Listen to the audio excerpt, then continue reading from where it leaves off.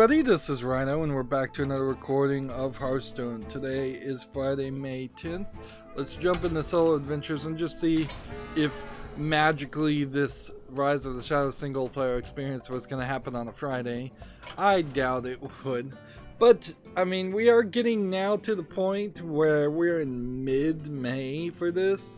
So, unless they were going to release this at the very end of May, Tuesday and Thursday of this week would be good days for them to release it.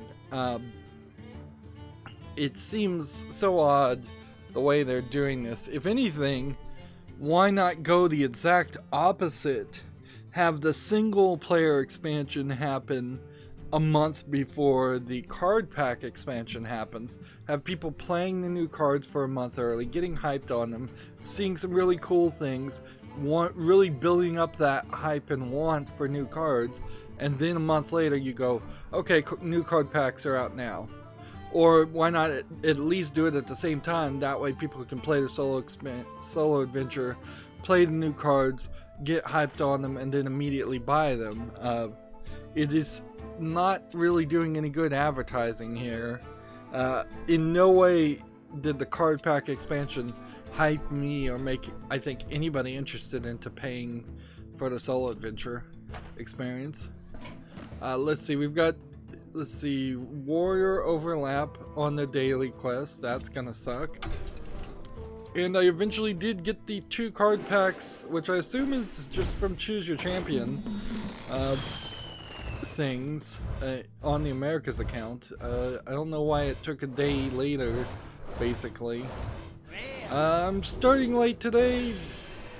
The best excuse I can say is I really didn't even stay up too late playing Axiom Verge, which I'm still playing, but I think I am at a point where we're almost close to the end of Axiom Verge, and I would say Axiom Verge does kind of, it's pretty obvious now, it has some problems that would have been prevalent in playing the original Metroid game, being a Metroid clone, while not really adapting any of the general quality of life improvements that a modern take on Metroid should. Games just should be better than they were in the middle of the 80s, and not having an indicator on the map telling you where to go is pretty inexcusable. Not having some markers in some places where things are, even if it was just going to be markers for where you found things after a certain point, so you don't go back to that area and have to look again. And quite frankly, I really have had to go through the entire game a second time now that I have twice as much abilities. I suspect what's going to happen on Axiom Verge is either I'm going to finish it pretty quickly, or they're going to decide that the breaches, which are the one thing I can't get past really right now, are actually going to be transition points to like a Dark World, more a Link to the Past style gameplay. I think A Link to the Past is the one where you travel between Dark World and Light World, or something like that. If that's not the case and the breaches are just actual doors that I'll eventually get an ability to go from the left side of a breach to the right side of the breach, or vice versa, then I don't know at all what would really slow down the gameplay in any way. And the controls on Axiom Verge are problematic. There's a grapple you hit with the B button that is wonky. There's a new double jump. There's a double jump that really isn't a double jump. It's more of your jump is just longer. And then there's a dash that teleports you through things now, that's faster and instantaneous, whereas previously you had to walk next to a wall, double tap in the direction of that wall, and then you could phase through that wall very slowly. That's now been completely replaced. So that would be it would be cool to have this dash if it weren't for the fact that the game really doesn't work well with the left stick at all on a Xbox One control pad. So it really wants you to play with the D-pad, and even play with the D-pad, it's questionable. Let's see. 4 damage to random enemy minion.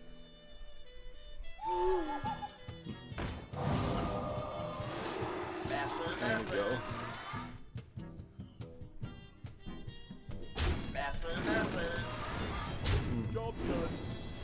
Oh no, that seems like that was probably way too early to play the owl on. So, yeah, there's a lot of points where it's like, I know I'm supposed to do this jump, I know I'm supposed to do this, and it's just harder than it should be.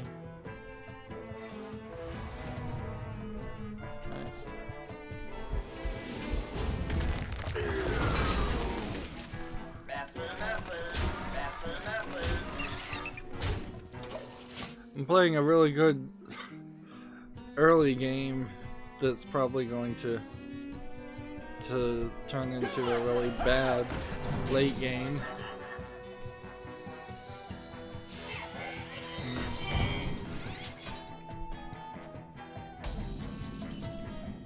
Let's see. Do 1 damage to all minions. Could I do that? Let's see. If I hit this, and hit this, and hit this. This. This. This. And then we'll do this.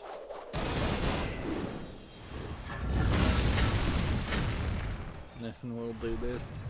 Job's done. And then in the turn. Yeah.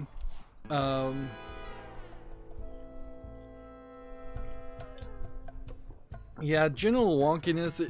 A realization eventually came to me with Axiom Verge is that probably, even though Dead Cells is probably a little bit more like Rogue Legacy and a roguelike, and instead of Metroidvania game where, particularly in Metroid, all the collectibles are always in the same place unless you run a randomizer on it, and it's not a case that there will not be something like the Morph Ball in Metroid in some runs of Metroid. At least if you don't randomize the game, so or modify the game so it is like that. Whereas Dead Cells, there very possibly is a gun that isn't available to pick up. Although even in Dead Cells' case, I think that's not how that works, because once you've unlocked a gun, no, I think that is actually how it works. Come to think of it. Let's see. A random spell from their hand. Do you think he has any random spells from his hands?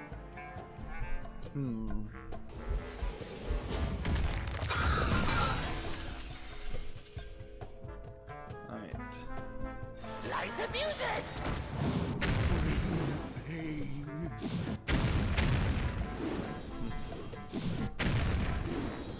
Don't kill this guy. Yeah. That was a mistake. Oh, whatever. It drew a bunch of cards. So yeah, the thought is occurring to me, even though I haven't played Dead Cells, I would wonder if you should skip Axiom Verge and just play Dead Cells. And almost certainly if Bloodstained Ritual of the Night comes out and it's really good, that will probably be a way better game than Axiom Verge is. That being said, I guess it depends on how much of a Castlevania Metroidvania game fan you are, because it might be more of a case that you would want to play all those games.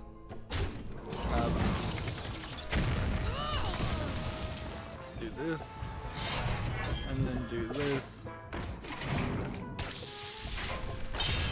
and then do this. Kill that. Job's done.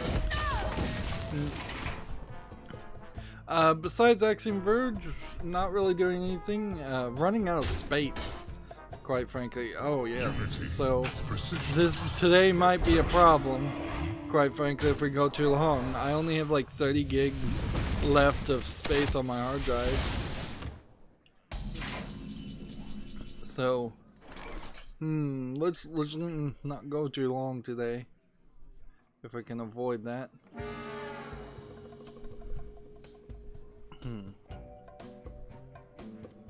Light the fuses! When deal 5 randomly split amongst all minions except mechs. They're all mechs. Oh, that sucked. Defend the gates! To me!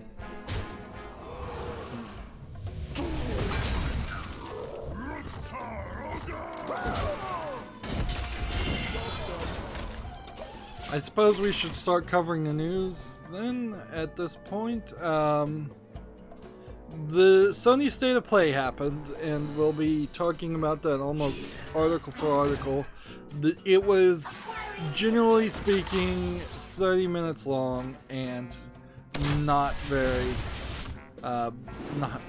good. Quite frankly, it showed like 5 games, talked nothing about the hardware. It was really just a collection of trailers. I don't think you could call it anything else. Your magic shall not save you.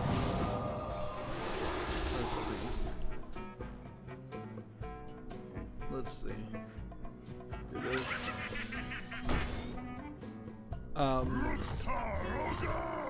So we'll talk about the games there, but there's no real interest. What this leaves me with is now the ball is in Microsoft's court for E3. They could either not announce hardware at all, or just slightly tease the Xbox 2 with a name or something. Or they could try to go out hard on the hardware. I think you probably would be in a good position to specifically, let's play this first, specifically focus on the idea of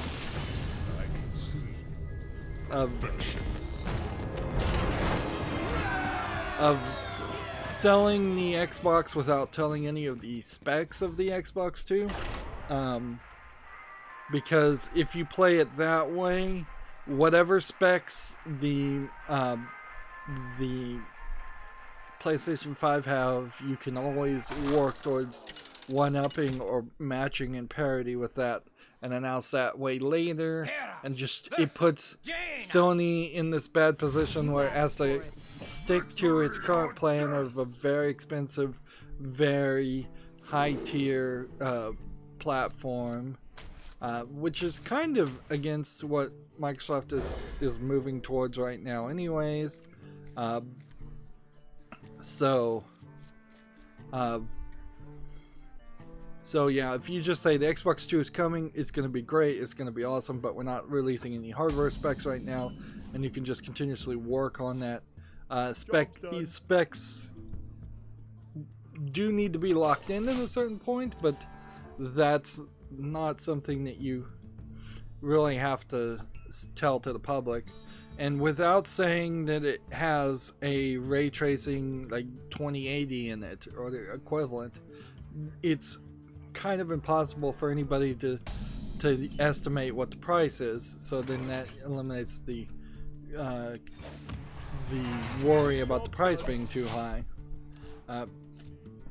Also, So if you speak in generics and you talk more about games and you just get the hype up and you say it will definitely be cheaper than a PlayStation 5 and it will definitely be on parity or more powerful than a PlayStation 5 without being specific, that just lobs the ball back into Sony's court. You could try to lock in more, and this would play somewhat well, but not amazingly well for a general consumer to say we have a lot of great partnerships with our developers. We're not censoring our games. We're bringing over a lot more games from a lot more different countries, and we're growing our library.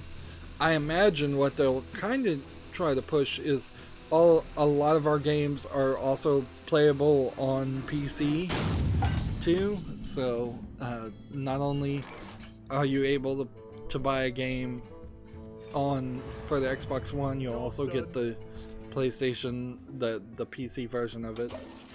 Runs out on me. Looking at the state of play, and we'll cover it, since they only had like 5 games, Microsoft almost certainly wins unless it shows a horrible showing of less than 5 games, or 5 games that are less interesting than the 5 games shown at the state of play. As long as they can do that bare minimum task, like, I guess maybe the worst case thing Microsoft could do is get Randy Pitchford, the CEO of Gearbox, on stage and have him do a magic trick or something. Show the Sonic the Hedgehog movie trailer or something. As long as they're just not doing something horribly dumb, I think they're in a good position. Deal 2 damage, draw a card. Let's not do that now. So we'll get to that, but let's just go in order of what I have. This game, Yumi Yutsu Remaster, has a launch trailer. It's a bubbly cute girl love game development company and adventure, and it's coming out on June 13th in Japan. Apparently they're making VR games. I believe there's an anime site like this too, where it's a group of freshly out of college game programmers, all female team. There's a trailer here, but I guess I need to, for the most part, swear off trailers, particularly Japanese teaser trailers, where it is just going to be, in this case, as I'm skipping through it, still images that are floating around. One more casual victory, and then I think I'll play a little ranked play, because we certainly need that. Gamatsu, I think, is trying to make some catch up after Golden Week, and I guess perhaps all of the game industry in Japan is trying to catch up in the Golden Week. I don't know if it's video game related so much, because it's not like Chinese companies make video games, but the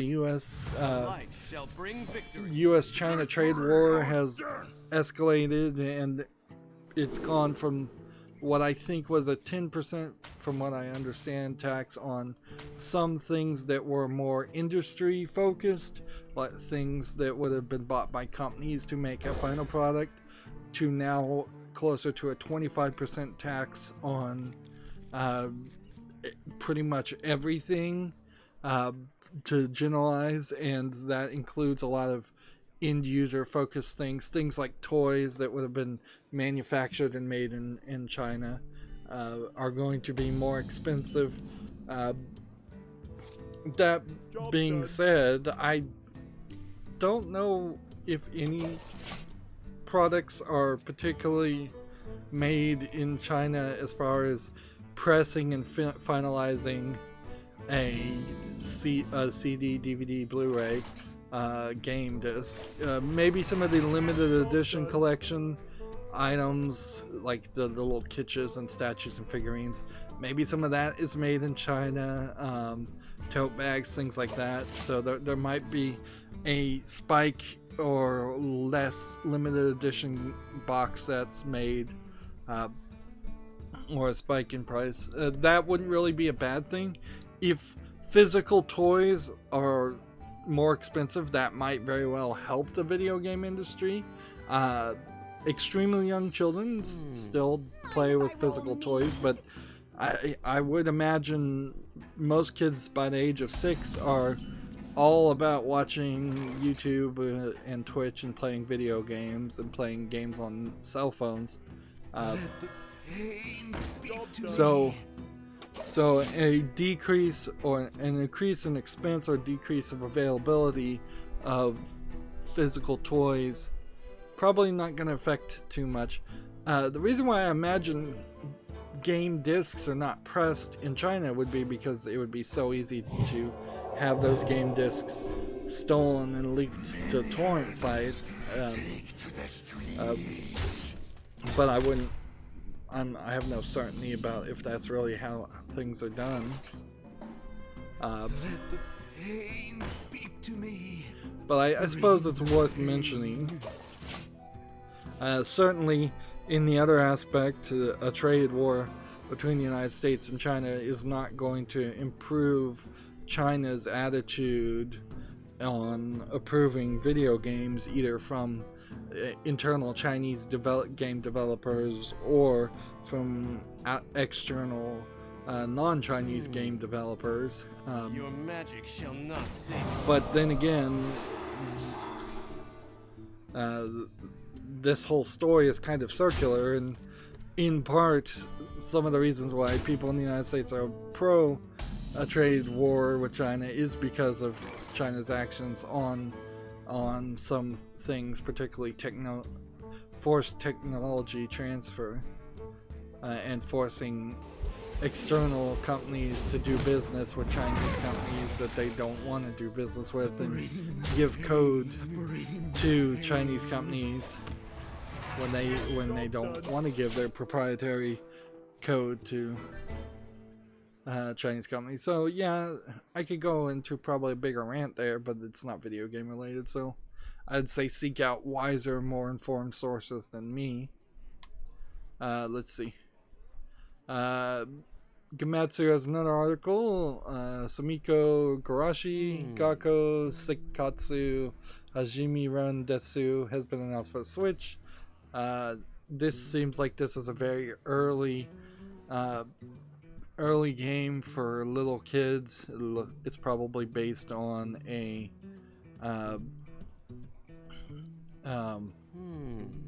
it's probably based on a cartoon that I would not have any knowledge of. It is kind of the example of, yes, there are kid animes out there, they just don't come to the West or get translated. That's why all anime outside of Japan feels like it's focused on a mature teenager to straight adults only rating, with a small exception of like Hamtaro. This is probably also a Switch game that I don't see any reason why it would come to the West, like unless this cartoon is on TV somewhere in the West. This is probably one that's going to be an exclusive. Let's see, destroy damaged minion and rush. Destroy a damaged minion. And do this. Do that.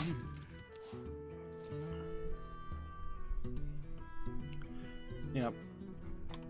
Next we have a game on Steam called Immure. Immure.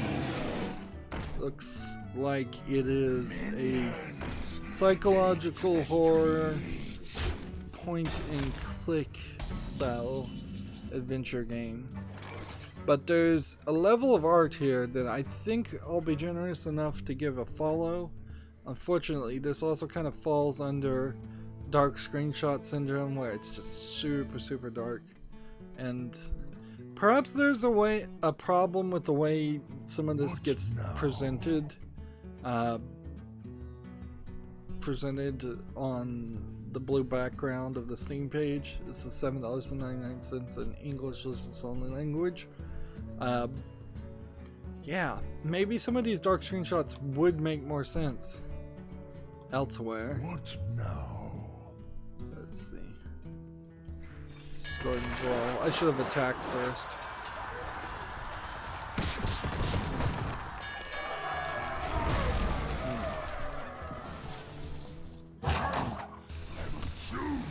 There we go.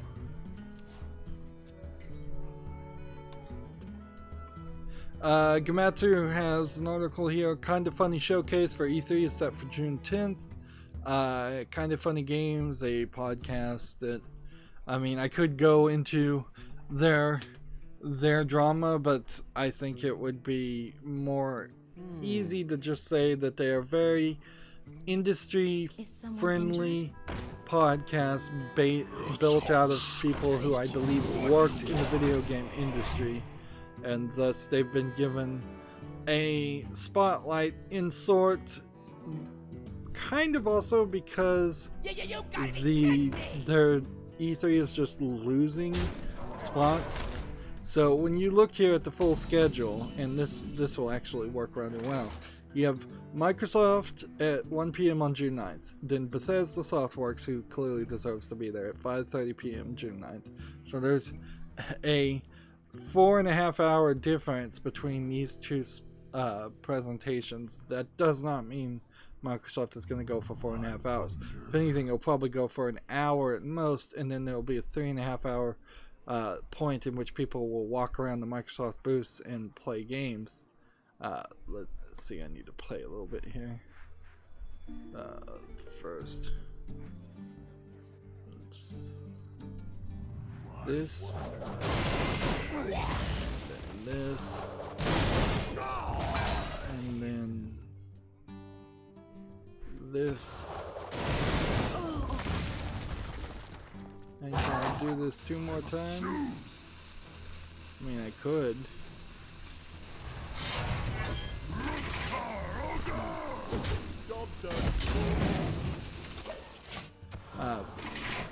So after the June 9th 5:30 Bethesda Softworks, there's nothing more on that day. The next day you have the PC Gaming Show from PCGamer.com, and like, they really shouldn't be having a show either.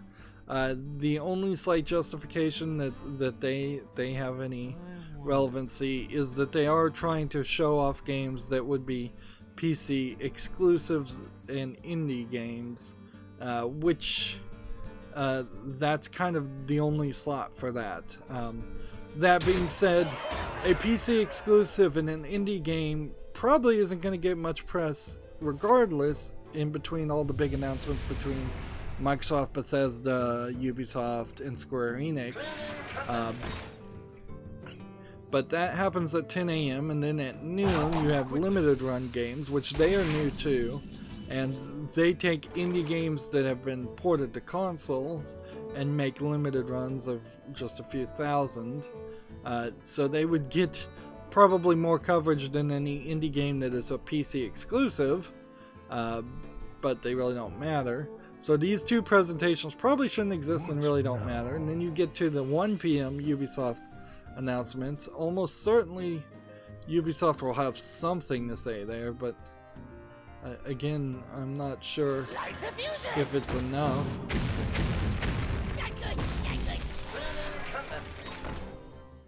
Let's see.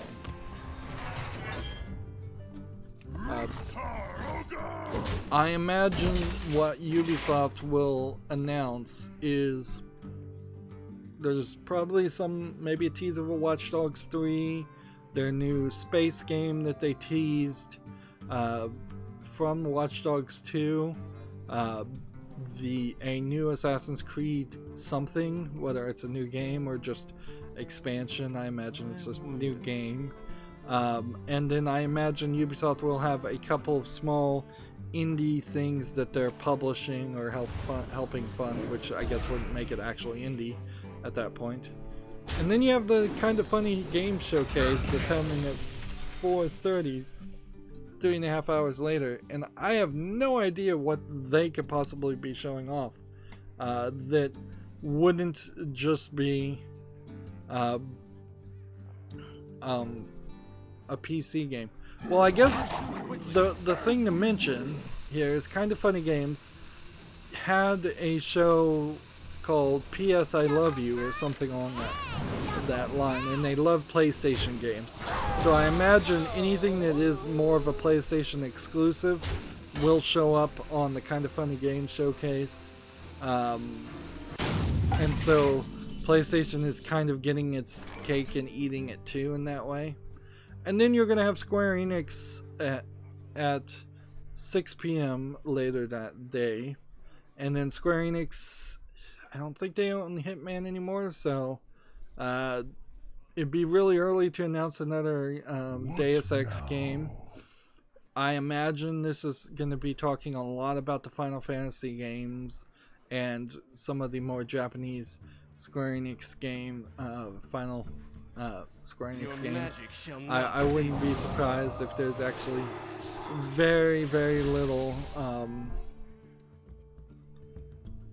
otherwise. Let's see, double the damage and healing power of your hero. That's useless.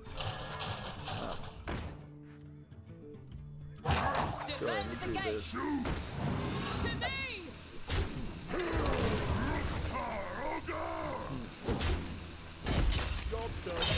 Yeah, so I wouldn't be surprised if there's not too much announcing on Square Enix's case. Let's see, the interesting, like, crazy things that could happen is Microsoft comes out with several Microsoft titles that you're not expecting. If they were going to say, hey, we already have Crackdown 4 in development, or we've got a new Killer Instinct in development, or let's see, the Halo game we already know about, so they'll probably go very heavy on that. That wouldn't be too crazy. If Microsoft says, hey, we have 5 new games that you've never heard of from just new IPs in development, that's not, wouldn't even be super surprising, but it would be nice to hear.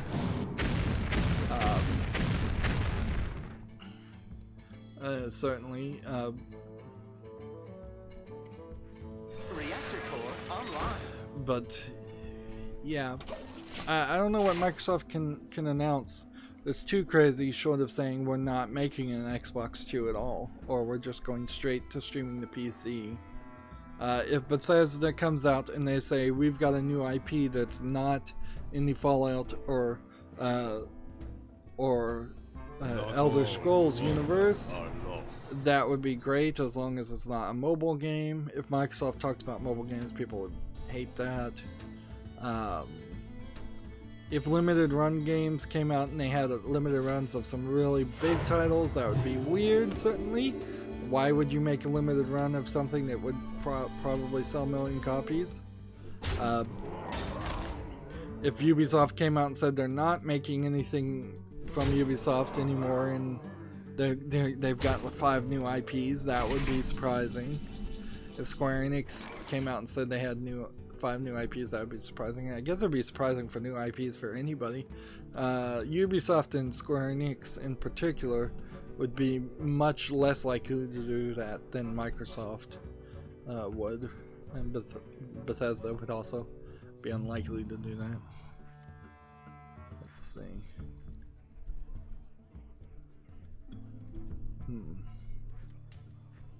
You can play this. You didn't need that, did you? Well, that was crazy.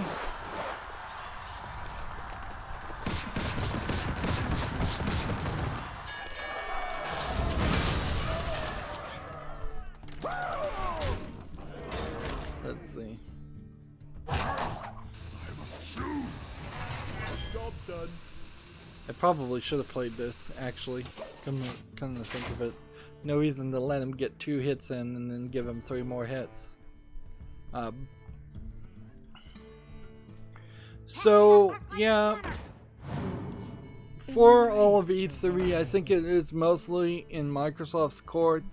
They're going to set the pace as the first presenter. if they've got nothing big to show, then I bet nobody has anything big to show. I wouldn't be surprised if that is the case. 2019 I said was going to be the year of bankruptcies and layoffs, and so looking towards 2020, 2021, 2022, I wouldn't be surprised if it's going to be a slower pace as far as game development and releases. Also, I would argue there's a lot of things that were probably announced even 2 E3s ago that still aren't out, let alone last E3. So that is another thing to keep in the back of your mind, is that a lot of these E3 presentations are more about hype for games that aren't even close to actually coming out.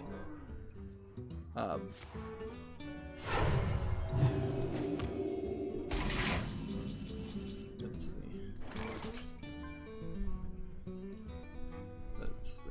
Well, Face me, you adult amateur.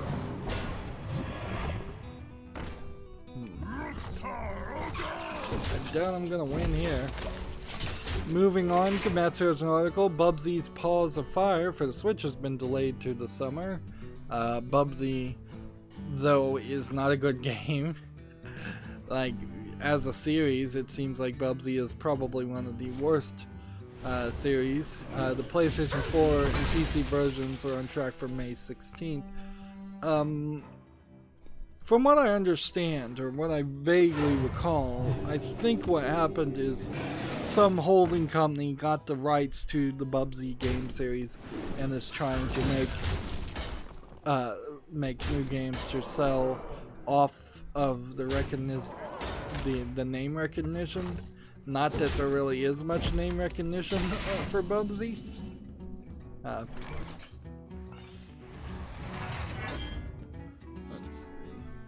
Defend the gates! To me! Hit that. Hit that, I guess.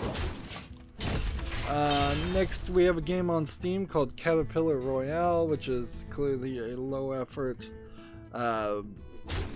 Caterpillar snake clone with maybe some other gameplay methods in it, but really not trustworthy when you're putting Royale in the name. Certainly, $4.99 for this game. It's visually, maybe from the screenshot, I would give it $1.99, but some of these other screenshots clearly show it's not good quality. I lost there, but that's not a big deal because we did get 2 wins before this point.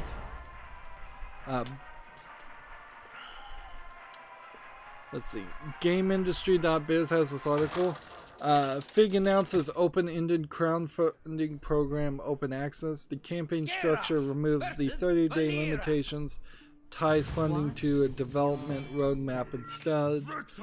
Previously, Fig was this, as I understood it, it was a 2-tiered system in which you were either an investor who could get maybe a small amount of money back based on the sales of something that was funded through Figs, or you were an accredited investor and you filed a bunch of paperwork with the US government to be an accredited investor just to prove that you have enough money to actually be investing into a product, and you were putting in like tens of thousands of dollars into the funding of a game, and you were getting I assume a higher percentage or some larger amount of money back. Maybe it didn't even work that way. Maybe if you were a low tier investor, you weren't getting anything back other than maybe a copy of the game.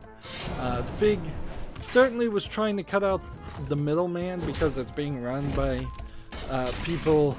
The board at Fig is people who work in the video game industry in particular,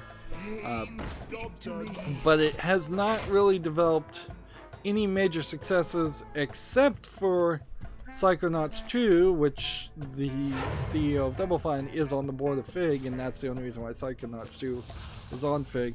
And that's only really going to be success if that game gets finished, gets put out, it gets well received. Like, if that's not the case, then if it never gets finished or anything, then Fig would be, in my mind at least, a complete and total failure. And I think this is probably an admittance that their organization of it has been a failure. The article goes, Fig used to be a traditional 30-day or near to it limitation for projects on its platform, allowing a game to get funded if it met its goal within the time period. To differentiate from other platforms, Fig also permitted uncredited investors to support the projects in return for revenue shares upon the project's completion. The open access program does away with the time limitations for projects and replaces it with an open-ended ongoing funding tied to the development roadmap and feature milestones, which means somebody like Yandere Simulator probably could use Fig if he was allowed on Fig, which I imagine he isn't, for years and years. And as long as you have a roadmap that is generic enough for you to be able to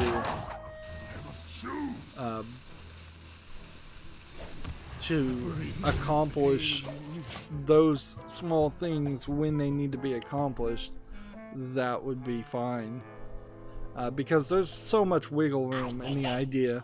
If you put on the roadmap like interactive NPCs, you could easily program one interactive NPC that would talk back to you through like a dialogue wheel or something, without having done any of the other work to do any of the writing or any of the programming for any of the other NPCs that might be in the game if it ever reached a final product. And then you would have met that roadmap. And yeah, it would be incredibly easy to stretch the development of a game out forever, and sucker a decent number of people into continuously funding things. This basically turns this from it turns Fig from being like Kickstarter into something more like Patreon, where you're just constantly asking on a monthly basis for money.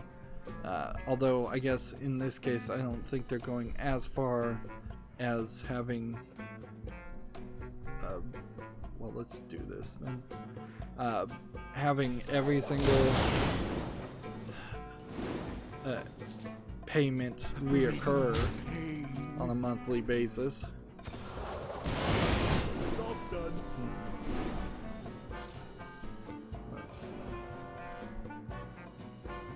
Yeah, I wish I could play that one more time, because then I would have killed this guy and drawn this guy a new card, so I could have My hand is too full. done that one more time.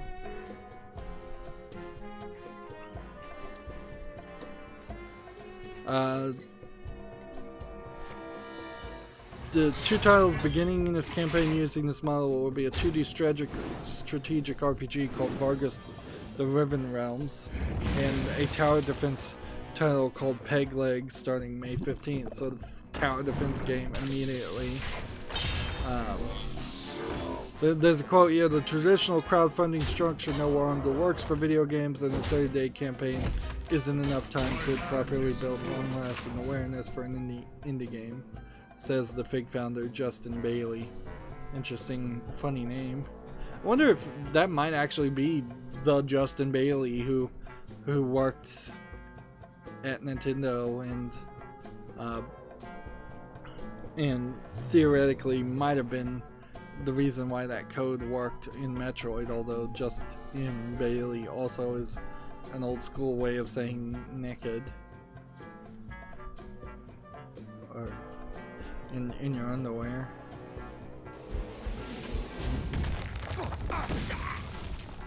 and most people tend to accept that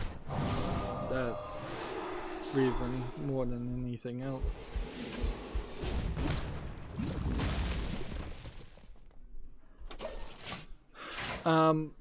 The problem with this idea to say a 30-day campaign isn't enough time to properly build a long-lasting awareness for an indie game puts Fig in the position where it says it's an advertisement platform advertising a game. The truth of the matter is, as far as I understand it, if you're going to have a successful Kickstarter, which, let's face it, almost none of them are, because you don't have satisfied customers or repeat business at the end of the day. But the one thing you would have expected from a successful Kickstarter is the first day would have had a major influx of money. And this is the same for politics too, is that like in the United States, Joe Biden was taking his sweet time to get into the election run, presidential campaign run, because he wanted to have, in my opinion, as much money donated and collected before he said he's actually running. Same is true for Bernie Sanders. Joe Biden was probably trying to beat the number of contributions that Bernie Sanders had. So that day one hype of like, we've got over $1 million already committed, will do a large bit of good for any kind of public funding campaign. And most Kickstarters push for that really hard. They have social medias going for months before the Kickstarter starts. They get people hyped and on an email list, and they get them ready to go. And then when they launch their Kickstarter, it gets a bunch of income immediately, and that extra bit of income immediately puts it on the front page, the trending page of Kickstarter, which then allows it to get even more eyes in front of it, which becomes this snake eating its own tail scenario where you're constantly going to see more and more success because of just the hype. It's similar to the idea of a lot of old YouTubers used to buy views and buy subs, which assumedly YouTube catches people for doing that now.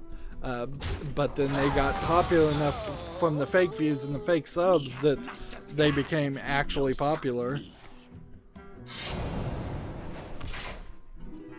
And I wouldn't be surprised if people like the Paul brothers in particular bought a bunch of fake likes and views. But yeah, Fig's original concept, clearly a failure. Their new concept, I think also, it's really gone for more of a Patreon model.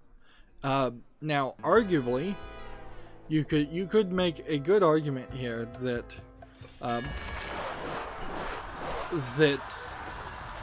Patreon is becoming less and less trusted because they're slowly kicking off more and more people. They're not as bad as I imagine Facebook or Twitter have been, but Patreon went from a rock solid, we're gonna let almost anybody on our sites, to having instances of, okay, we're not gonna let gravure models and lewd models have Patreons because they're putting nude or semi-nude pictures on their Patreon, which, okay, that got cleared up, or it felt like it was cleared up, and they said, okay, well, we can sell these type of photo shoots, but we can't put any of the screenshots on your website. Alright, we got it.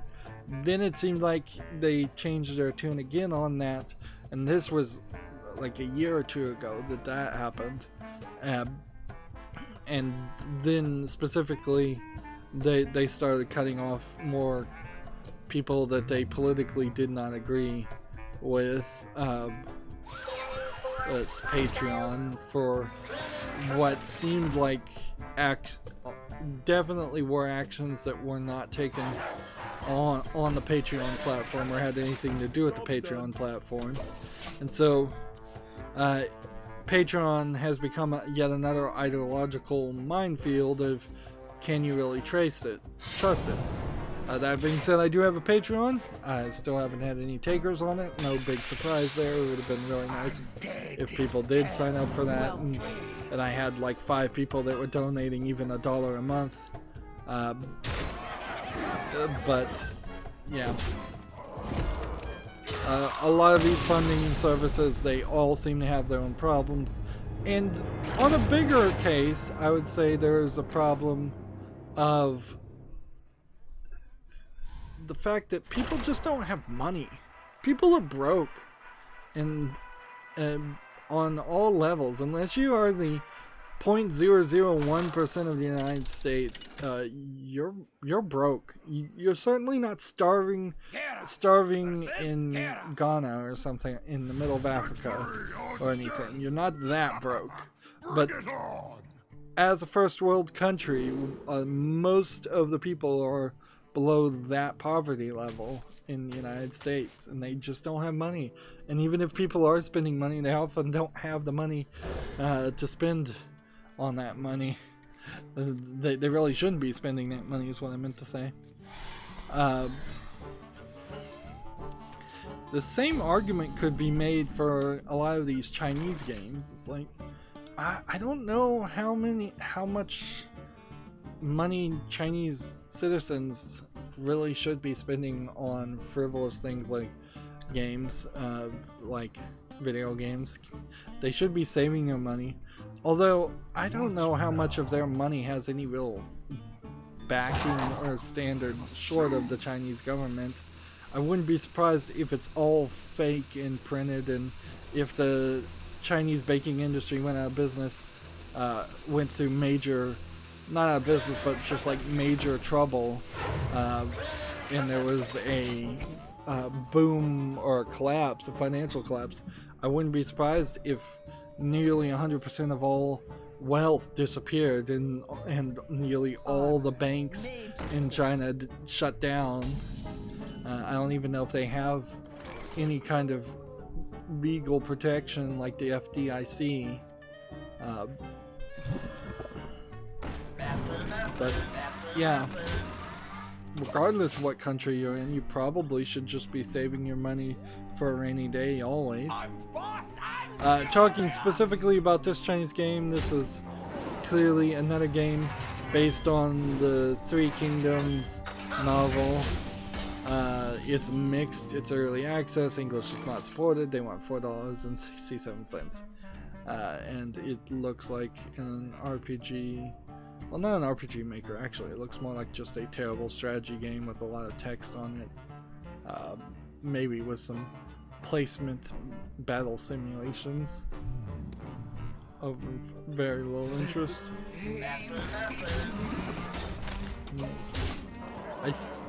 I was trying certainly to go through a lot of the games and that came out, and a lot of them look like low effort games, so this today will be more of a filtered experiment than normal. Not really gonna look at every game that came out. And going forward, that might be the case, because if we're having slow weeks right now during pre-E3, once E3 comes out, we're gonna have a lot of news to talk about, and covering low effort games on Steam really isn't worth it.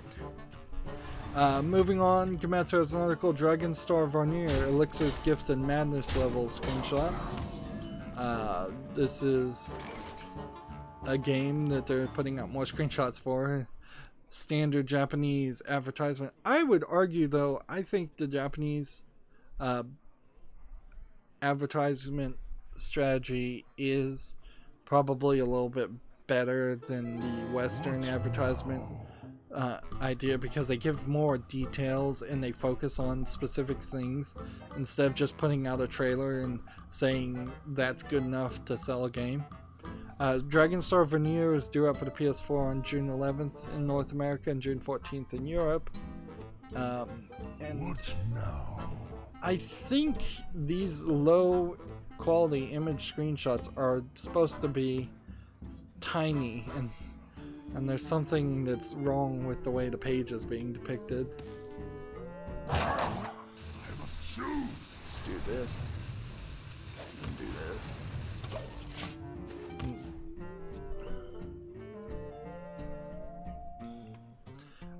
Next we have a game on Steam called Cell Defender, and this looks like it's some acid folks fighting each other, and it does not look good. And maybe these are supposed to be you're fighting germs inside of a body. It's 10% off for $3.59. Yep. Does not look quality, does not pass that visual test. Alright.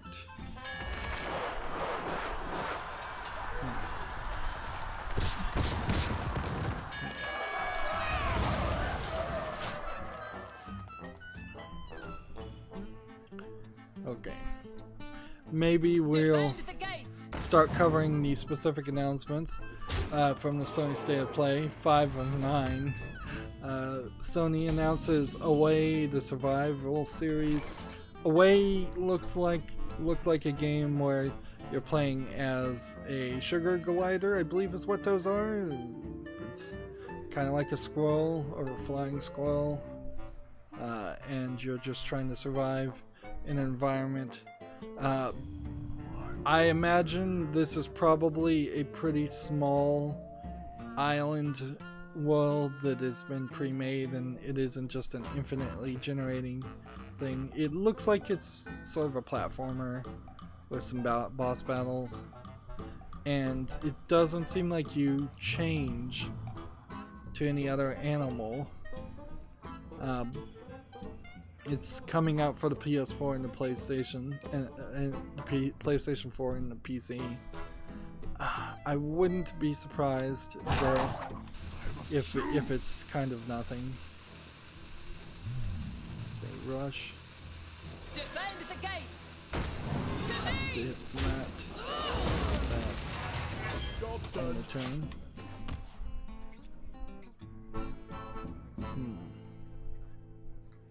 And I'm fast and furious. so yeah, that was one game. There was about 4 others. We'll get to them throughout. Apparently the articles are not in order. It would have been nice if I had found just one article that talked about the entire state of play. I did fast forward through it on YouTube, and there really wasn't a lot there.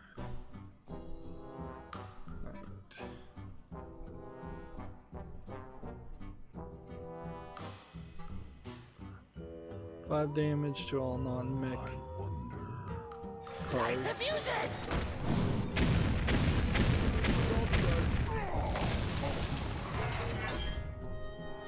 There we go.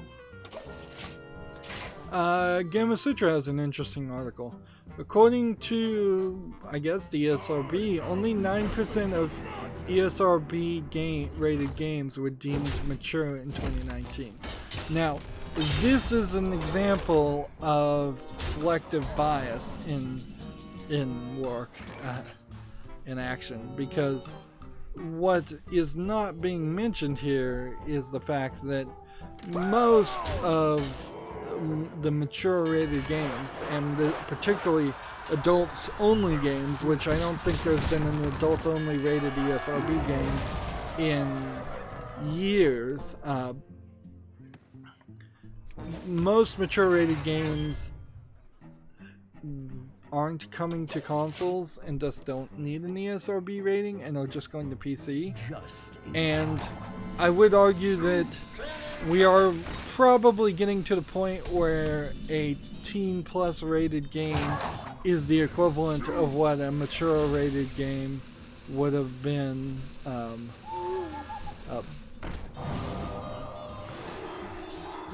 in previous times. Like in the old days, a PG-13 game real PG-13 movie felt like it definitely was parental guidance for a 13-year-old.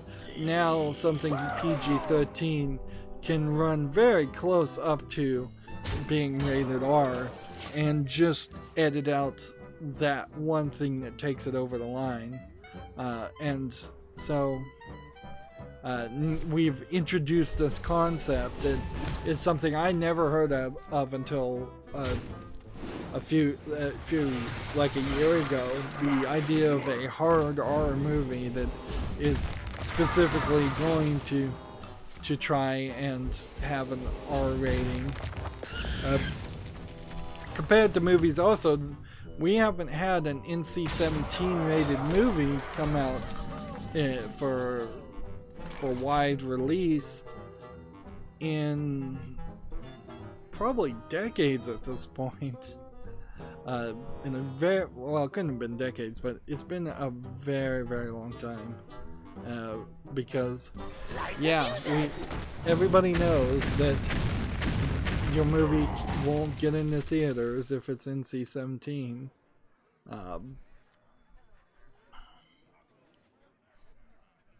Let's see.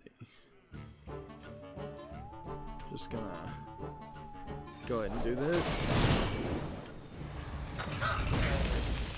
I guess this. Let the pain speak to me. So yeah, that certainly will explain why only 9% of ESRB rated games were rated mature. I'd kind of like to see what the titles were that were rated mature, because it was probably the AAA games like God of War and such. I'm sure those were rated M, but it says in 2018, 2,768 games were assigned content ratings. That's a sizable jump from 1,948 in 2017 and 1,491. So this might really just be a correction for a lot of E for Everyone mobile games asking for ratings, but I thought they were getting rid of their system and making it more expensive too. Let's see. It was so previously the year it was 13% were rated M. Everyone rated games jumped up from last year 42% from 34%. So yeah, there's Magic neutralized. So yeah, the reduction in M-rated games percentage-wise may really be more of a case of just more E for Everyone, E for Everyone 10 plus, and teen-rated games for mobile in particular, and maybe the Switch in a smaller number. I love to see this happen, frankly, because what this means is that there's simply fewer, well, not fewer, but more variety of content available for a wider audience. And I've always felt like we should have more kids games that are good. Now the question is, just because we're having more kids games or rated E for Everyone games, which is really how you should take that that announcement, does that mean those games are good, or does that mean that there's just a bunch of kids games coming out that might have horrible microtransactions or just horrible quality of game in general in it? Because that's certainly something ESRB is refusing to look at and deal with. If a actual loot box ban happened for games targeted to younger people, in the United States, we very possibly would run into a scenario where Drink with me, friend. we very possibly might run into a scenario where you're running into people. What am I trying to say? I've lost the plot.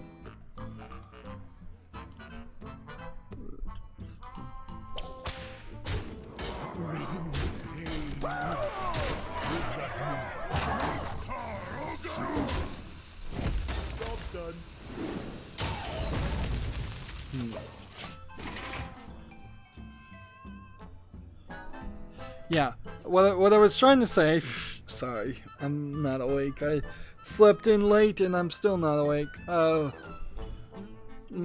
point I was trying to make is that if we saw an end of loot boxes and gambling targeted towards kids on mobile games, if they really cracked down on that, I wouldn't be surprised if we immediately also saw a return to the previous numbers as far as how many games in percentage-wise were rated mature versus how many games were rated E for everyone or less than mature in general.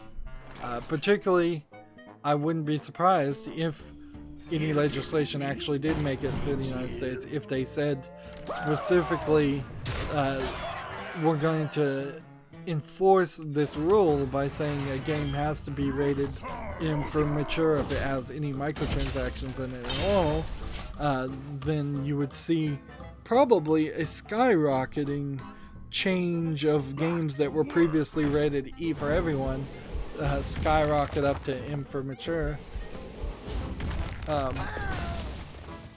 Moving on, another thing that at the PlayStation presentation is that they'll be selling this Days of Play limited edition PS4.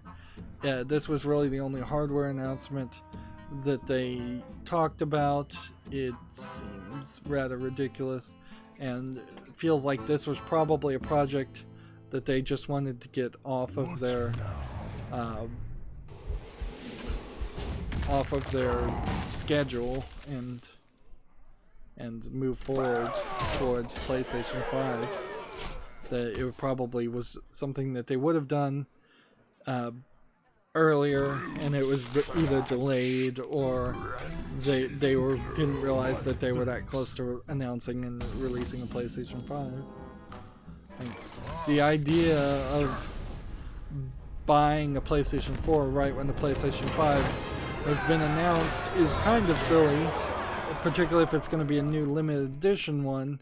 Really should be, it would make a lot more sense to either save up for a PlayStation 5 or buy a used like PlayStation 4. I'm going to switch over to the European account instead of playing ranked, just in case the European account decides to be a pain in the butt. Another thing at the Sony State of Play, TechRaptor has this article, 5 of 9, Square Enix drops the Final Fantasy VII Remake trailer, which confused me because these characters I thought were from Final Fantasy 13, and it seems like they've done some major improvements, and I can't really show this because this will just get content ID'd almost certainly by Square Enix. But it looks like it has been majorly improved visually, and it does seem like you're probably not going to have any of the systems from Final Fantasy VII. I think that's probably going to be a taking of Final Fantasy 13 style of gameplay and putting it here. Let's see, Rogue and Rogue are what we need to play. We did all the tavern brawls. Yeah. Alright. So Rogue play.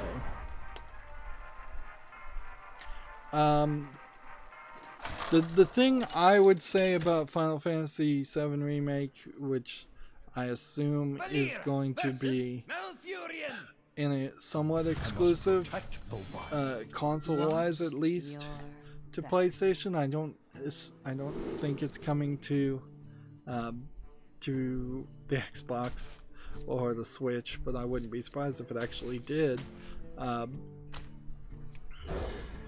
It probably will eventually come to the PC. I'm still in that weird holding position with Final Fantasy. I'm not sure if I should play the remaster to Final Fantasy VII and just that's it. Should I just play the 3.13 games? Should I do something different, or should I just avoid Final Fantasy completely? Being a JRPG, even with the new combat system, it still probably is going to be an extremely long game to play. This would summon one Murlocs. Let's do this.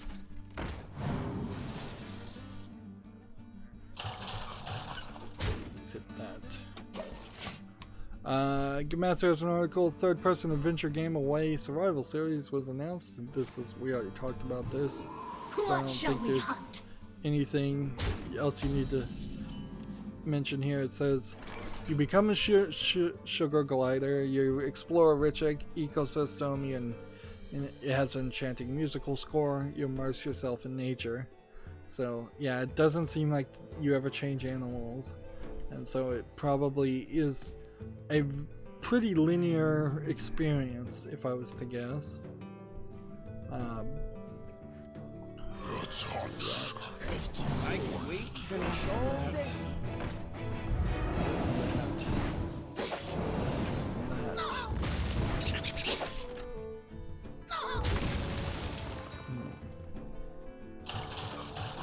We'll do that. And then one there. Gamatsu has the same article, Final Fantasy VII Remake State of Play trailer. Some screenshots.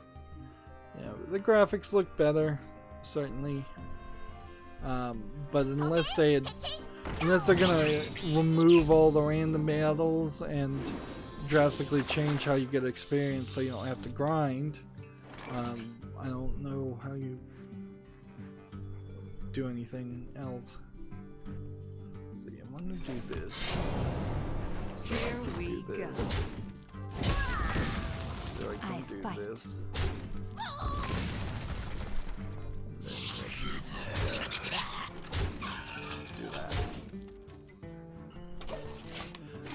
Gamatsu has the Medieval Remake, launches October 25th, and this was their big selling point at the State of Play, was the Medieval Remake, which, yeah, has a trailer, and it looks like it might be a fine game, but I really would put this at a remake of a single A game that, yeah, it'll be more polished, but I don't think it's gonna catch many people's attention. The weird thing here is PlayStation never and Sony never really succeeded at having a line of intellectual properties that they owned that people cared about. Sure, Crash Bandicoot was the attempt at that, but then they abandoned Crash Bandicoot pretty fast. Good tickets don't come cheap. So yeah, Here we go. there's a lack of things that Sony can remake without having to license something else, and I don't think that they particularly want to have to license something to make a remake just to have some kind of first party titles. And inherently, now that Sony is irritating their Japanese publishers and developers, the lack of first party titles is going to be a much bigger issue. If this Sony State of Play had happened and Sony of Japan was still running Sony Entertainment Interactive or Interactive Entertainment, then you would have almost certainly led, at the very least, with the Square Enix Final Fantasy remake, and you would have gone heavy in Japanese-centric, Japanese-focused games. Instead, you're in this position where you're... No refunds. Let's kill that, I guess.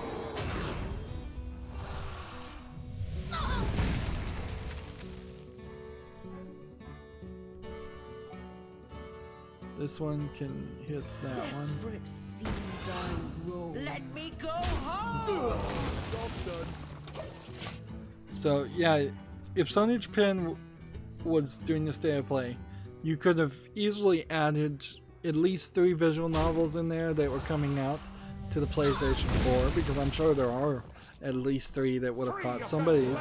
You could have focused on a Senran Kagura game that almost certainly is the next one that's coming out. Yeah, there is one coming out, I know. You could have gone with Dead or Alive fighting games and gone in a direction that was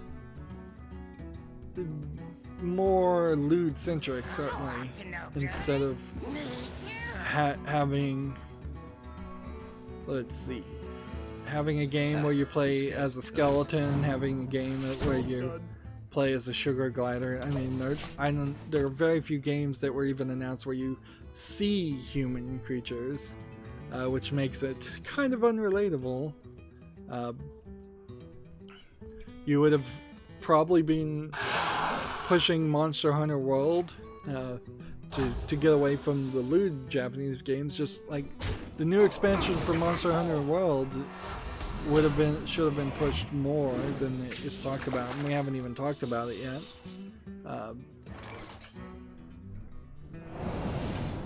Let's see. That goes back.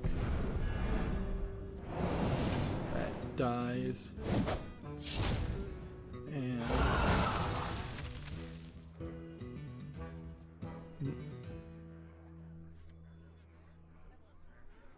let's see, what else do we want to do? Just kill that while we're at it. And that. Here we go. Next article we have from Gamatsu: Sony and IllFonic announced Predator Hunting Grounds for the PS4. I don't think the graphics look particularly great here, and it's odd to make a Predator tie-in game when I don't think there's a Predator movie in development right now. And it's just, so here you see the masked faces of military men, one assumes, and it zooms out and you see the just kind of visual warble of a cloaked predator, and so just a little bit of a tease, and that's all you get for that game. And I wouldn't be surprised if something like this game gets talked about more at a different presentation at E3. Wouldn't really be surprised if it turns out that that several of these games get more coverage at E3. Stepping away from the Sony State of Play, which was probably the biggest news in the past couple days, Gamasutra has an article. Get a Job Sanzuro Games is hiring a junior gameplay engineer in Foster City, California.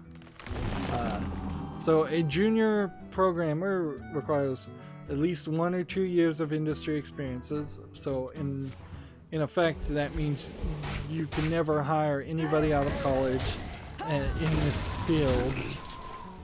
You need to be proficient in C++.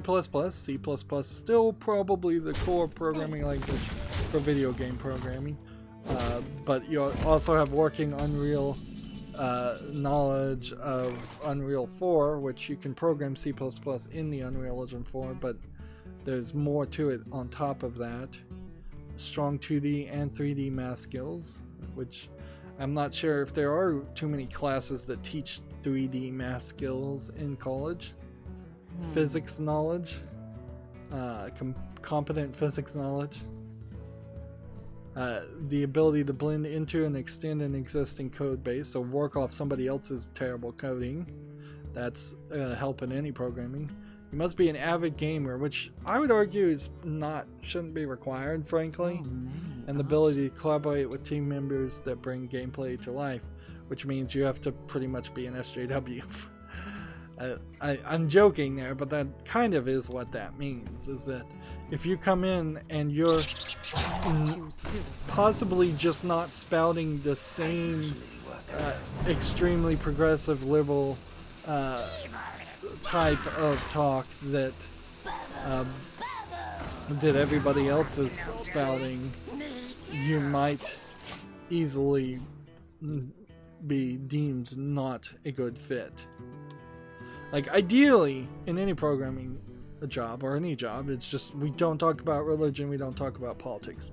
It's blatant rule, easy, makes it easier for people to get along. If I owned a business, well, I guess I kind of do, but if I had any employees, that's pretty much what I would say. And it's also something I probably would somewhat struggle with, too. But I suspect inside of video game companies, or most of them, that is exactly the opposite of what happens. Alright.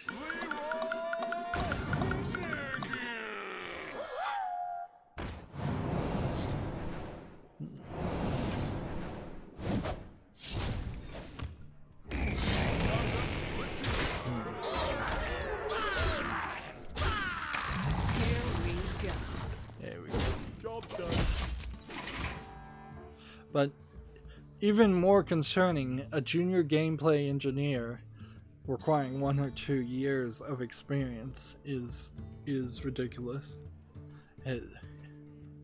This was probably the weirdest game shown at the State of Play. The 3D voxel-based world of Riverbond. It seems to be a hack and slash dungeon crawler with voxel graphics, like people like voxel graphics. It looks like it's just a mobile game. Clearly this is a filler game. Now this game does have characters, like indie characters like Bastion and Shovel Knight, that they made voxel based versions of, but that should not be a main selling point on your game. In fact, it has all of these indie developed characters. But yeah, this was by far the most boring announcement, and none of these announcements were none of them felt like they were more than 3 minutes long, quite frankly. None of them really felt like you were doing a lot of work. Or getting a lot of info. Techraptor has another one, medieval release date announced, so let's get the release date and then move on. Valera versus Valera. Where is it? It'll release for the PS4 on October 25th.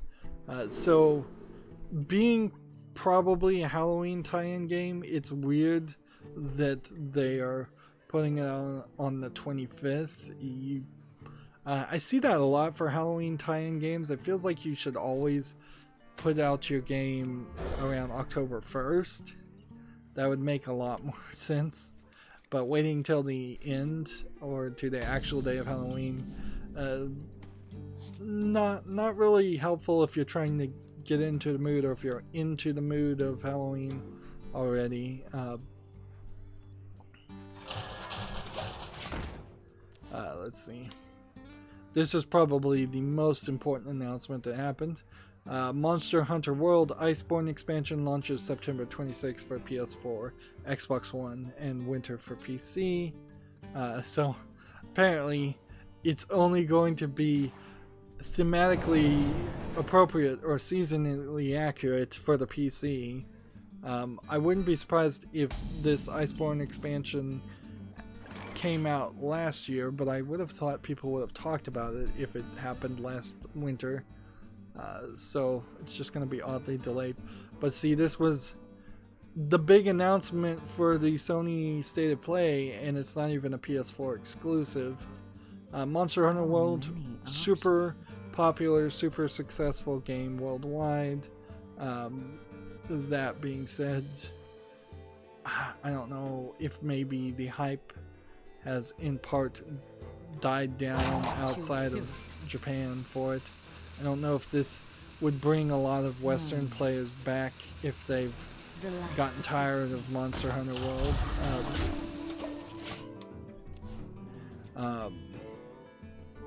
And it certainly does feel like that the Monster Hunter World expansion release dates have been pushed back and pushed back.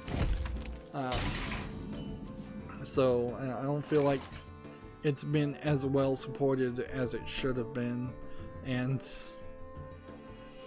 yeah, I don't know if there's much else to say. Let's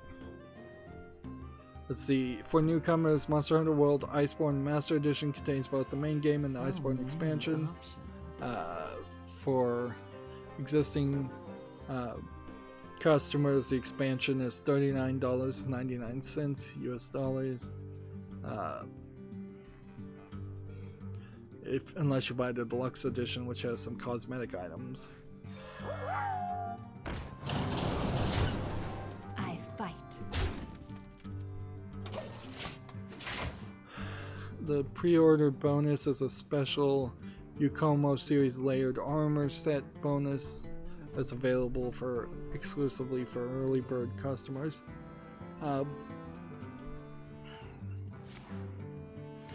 Yeah, the thing about Monster Hunter is, ideally I want a super simplified Monster Hunter experience, in the same way that I kind of would want a super simplified Skyrim experience.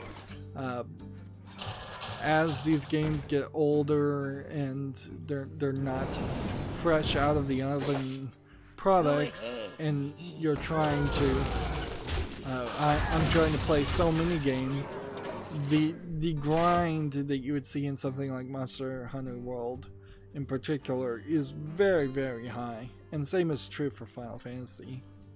TechRaptor has the same articles with maybe some different pictures, and I would argue also that this is just like the entire presentation on YouTube. The thing you would take from adding a snow expansion in particular is that there's just going to be a lot of snow and a lot of white on white on white. And so visually it might be a little bit more dull than you're used to.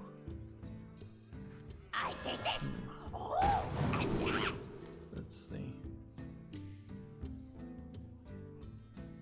There we go.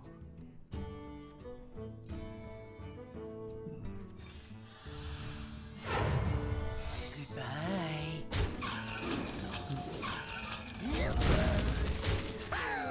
There we go. TechRaptor has the same article, Predator Hunting Grounds.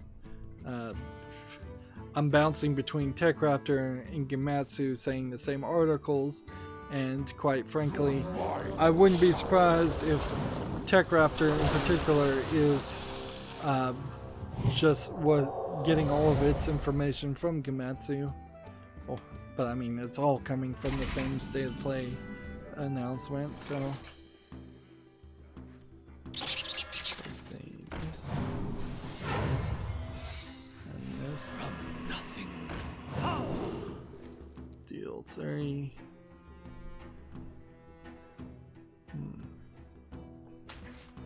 There we go.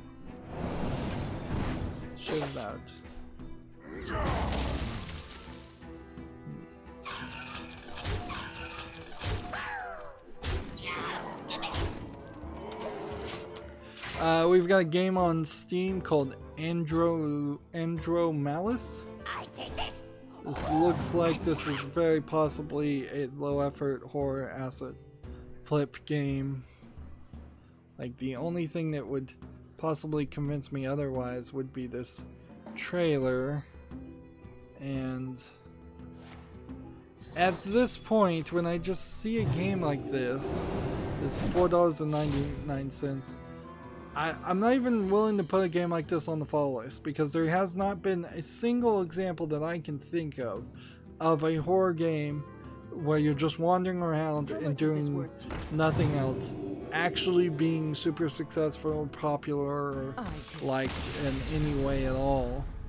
So I'm gonna hold these style of games to possibly a higher standard than most games, just because I'm really tired of seeing games like that and pretending or like I'm gonna put them on the follow list and like they're actually gonna get reviews when they really aren't. And that's probably a lesson I need to learn before I go through the follow list and do some cleanup work, because when I do the cleanup work, I imagine I should remove a bunch of games like that are on the follow list. Gamasutra has an article here. Google Play Store tweaks its rating system to focus on recent reviews. This is probably a good idea because certainly some games and programs on the Google Play Store put out some major changes and that irritate people. In fact, there's one piece of software that put out a major change. Basically, the original developer, I think, sold the rights to the software to another developer. The other developer decided to change everything horribly. Everybody hated it. In the beta process, everybody hated the change. They did it anyways, and they've stuck with that change for years and done nothing new with the program. So I've been using this old software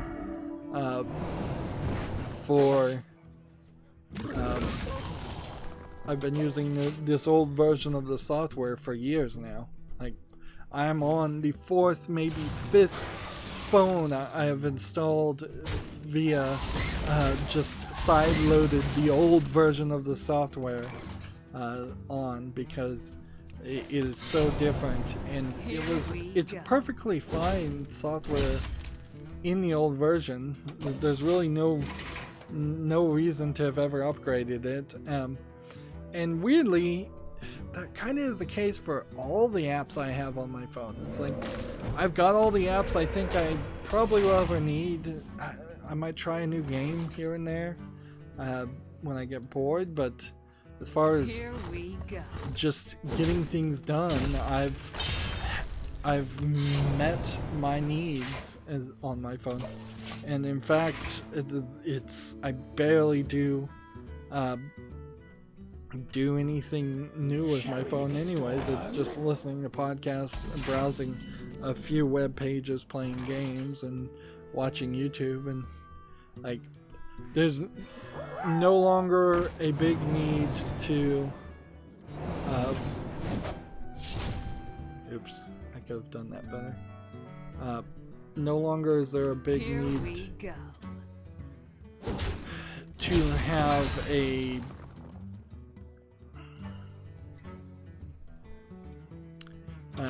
more powerful CPU or more RAM or bigger screen or faster connection speeds on the cell phone. I remember having the G1 phone, which was like the first Google phone, and yeah, every update of Android, every little new software, everything were major improvements because it was this new baby of a operating system. But now it's pretty baked in, and there's not much that can be added that wouldn't just be annoying little changes. In the same way that Windows 10 really didn't add anything of interest to me compared to Windows 7 or Windows 8. Let's see. Just send this guy back.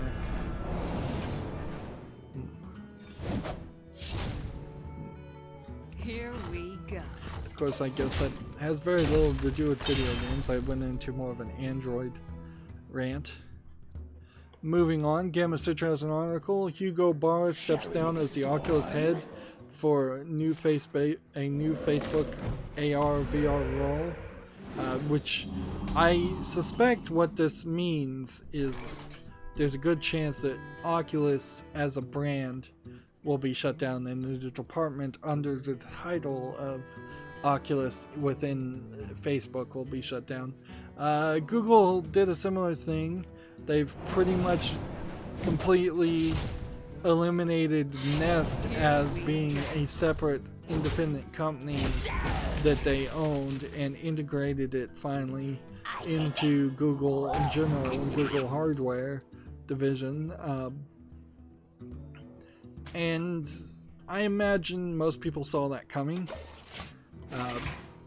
With Oculus not really doing anything great under Facebook, and there being lawsuits, I could see them just trying to shake things up at Facebook and get rid of some dead weight. This is probably a slow layoff process that was planned even when Facebook acquired Oculus too, is that they'll eventually just determine that some jobs are redundant and get rid of people. Here we go. I need to kill as many minions as I can.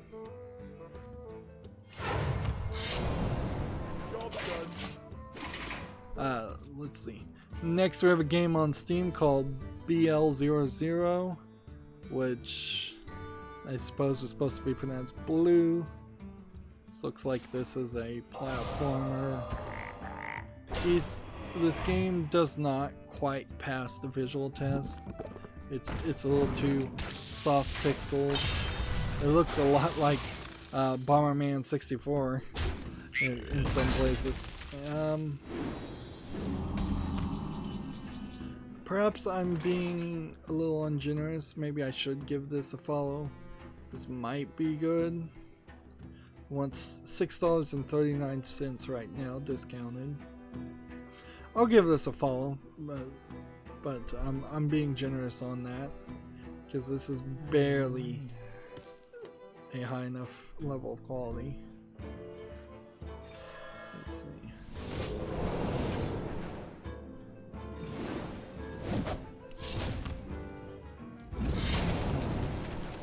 Here we go.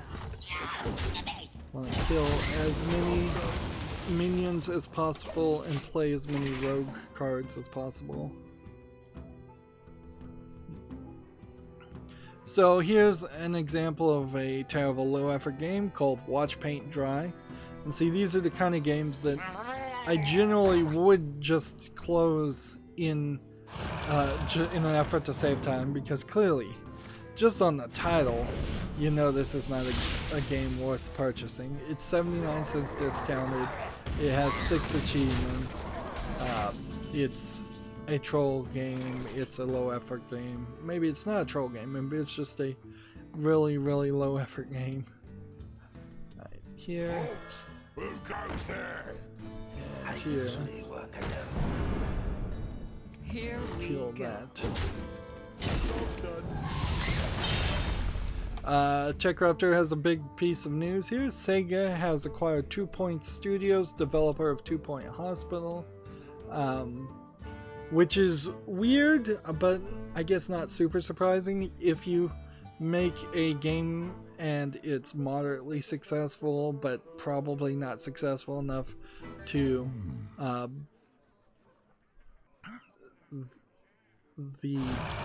not successful enough to fund another game, because I don't think 2 Point Hospital sold enough to really fund that. It makes sense that a bigger company would come and acquire you. There are some big ticket names behind it. People who worked at Bullfrog Productions and Lionhead Studios. So people that would have worked on Dungeon Keeper at Bullfrog. I assume that's the same Bullfrog, and people that worked on Fable at Lionhead work together. There's also some other developers who worked on things like Black and White, Alien Isolation, and Fable. So there's some big ticket names there. Considering how much coverage by the mainstream media was being put on 2 Point Hospital, and as a spiritual successor to another hospital game that was pretty old, that they didn't, I think, have the rights to. I wouldn't be surprised if Sega was helping promote that game also, but that might just really have been more the fact that all of the employees at 2 Point Studios seem to have so many connections already with people, with video game reviewers, because they had worked at other companies and already dealt with these video game reviewers. They, by that cronyism and that pre-existing connection, they just did a much better job promoting what was effectively an indie game than most indie developers can accomplish. Most indie developers get 0 articles. There was at least 2 or 3 weeks where 2 Point Hospital was getting articles on a weekly basis. TechRaptor in particular, I think, was talking about it quite a lot. Speaking of TechRaptor, Blood gets bloodier with Blood Fresh Supply. Apparently Blood is some kind of Doom clone. I've never heard of it before. This is another, like, almost the exact same instance. It's like, I've never heard of this game, yet you're making it out like this was a super popular game. But yeah, Blood Fresh Supply is on Steam, and it's from Night Dive Studios, which are known for republishing old games, and it's rated very positively. I don't remember any game called Blood, though. There were so many Doom clones, and if you're just going to bring back every single Doom clone,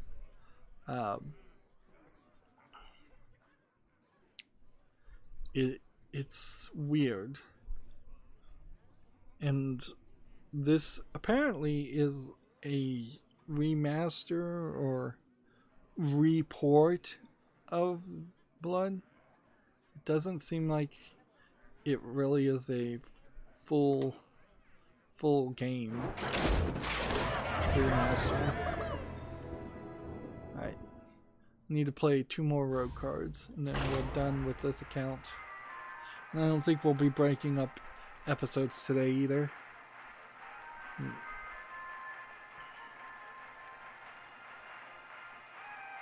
Let's see. It says here, originally by Monolith Production, this 1997 game got its remaster by Night Dive Studios, without whose prior releases include Forsaken Remaster and an enhanced Turok 2 Seeds of Evil. And yeah, that's pretty much all Night Dive does, is they do remasters of old games that are alright, but nothing really to write home about. Let's see, let's just trade out cards. So we have rogue cards at the beginning. Gamma Sutra has an article here. Scopely acquires Digit Game Studios. I'm not sure I recognize either one of these companies. The acquisition builds a year-long partnership between the two companies that led to the 2018 release of Star Trek Fleet Command, which I assume is the VR game. So they work together, and then one acquired the other, as that often happens. The light protects me. Well, I guess I'll put Blood Fresh Supply on the fall list. I guess it really comes down to, is it a smart move or make any sense at all to, or does it make any sense at all to have a series in which I just covered old Doom clones after I've covered the Doom games, spotlighting them. Like, I think I'd be particularly bad at spotlighting a Doom clone, because I would just be playing it for like 30 minutes and going, yeah, this feels a lot like a Doom clone, and that's pretty much all I think I could say about it. I fight.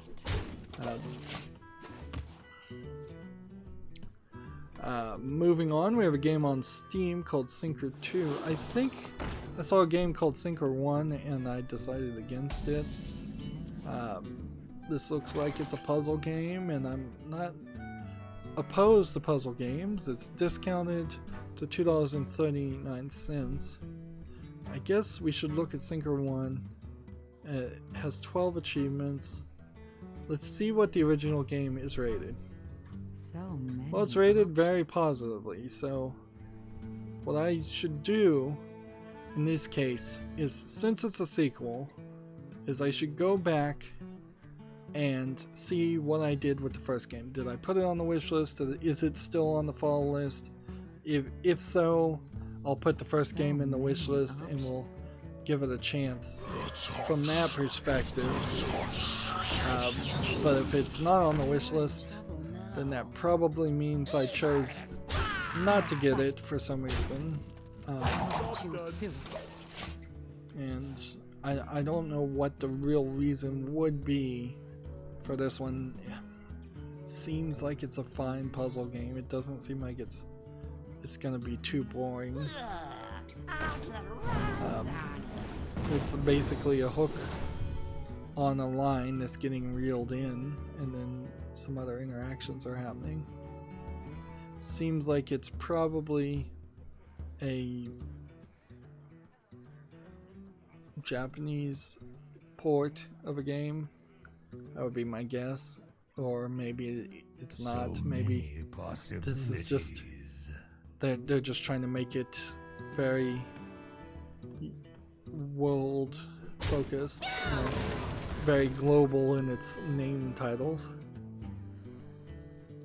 I imagine that is something that should be improved on the Steam storefront, is it being able to change the title of your game and the language of the page based on the language.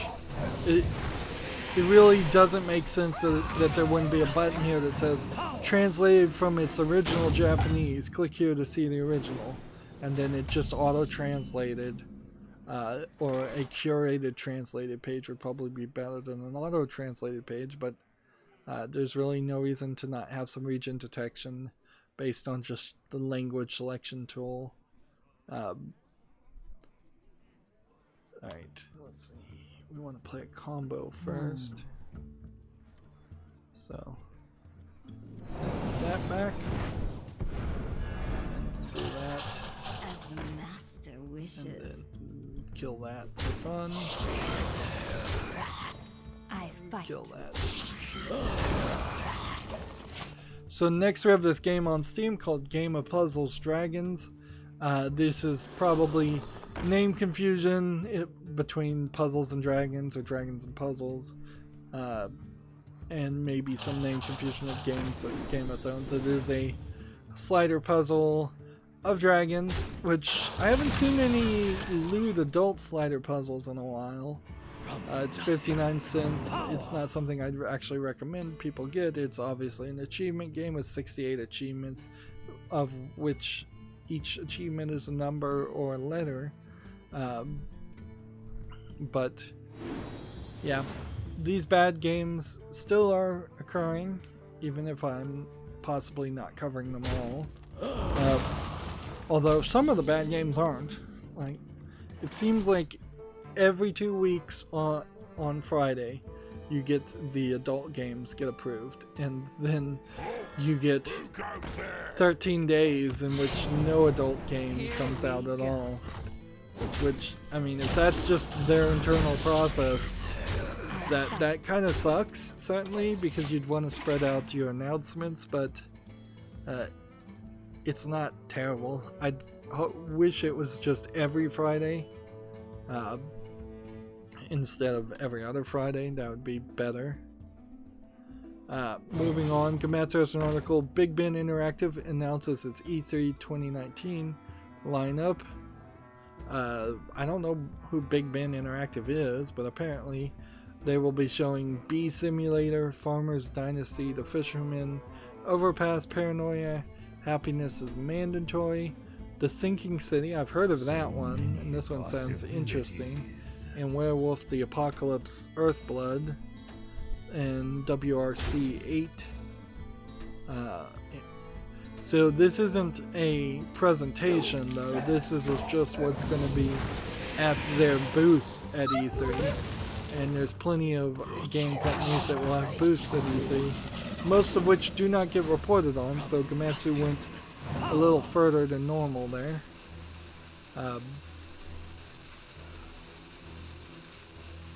Yeah, well, I've played enough cards here, so I don't really even need to pay too much attention to this.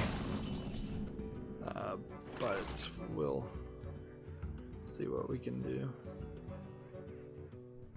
Overkill, draw 2 cards. Well, I have 6. I can rush to kill. Desperate seas I roam. Let me go home.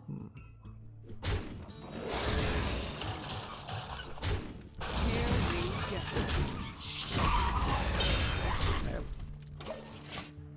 Next, we have a game on Steam called Swag and Sorcery, which looks like it is an RPG of some sort, mostly focused around loot. What's funny here is visually this actually does catch my attention a little bit, but then I look at the reviews and see it's already mixed, and it's $9.74 with a 25% discount. So I don't know what's... There's like 50 Steam achievements. That seems like a lot. Let's see what the negative reviews are. Lazy Bear Games is back with another gorgeous looking, mind-numbing grind of a game. Even in the era of mobile gaming and Eastern MMO, the team succeeds again at serving up an unbalanced, unrewarding, absurdly repetitive chore of a game from a game that's not usually this boring. Let's see. Was fun for the first 2 hours, not, but after that, not anymore. Okay, so just an extremely grindy game. It's weird to have such bad game design and yet have good graphics. Even if these are asset flips, it seems like this would have had enough polish visually for them to think, hey, let's find a better gameplay loop. I know it is difficult to find a good gameplay loop. It always is, but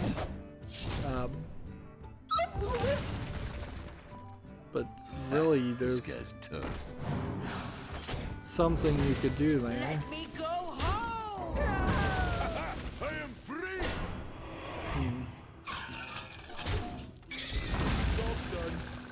Anyways, Swag and Sorcery not making it to the fall list. Next we have a game on Steam called Ponpera and the Great Southern Labyrinth, which is a text-based game trying to hide in the trailer that it's a text-based game. Look at this trailer that has nothing to do with actually what you're going to see. We don't see a lot of these though. It used to be I would see like 1, 2, or 3 a week, and now I see one of these once every 2 months or so. They always want way too much, $4.89 discounted, and of course, being a text-based game, it can't really be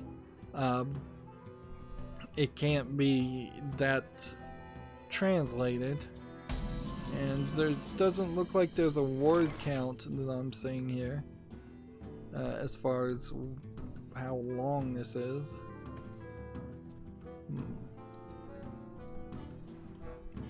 Let's see.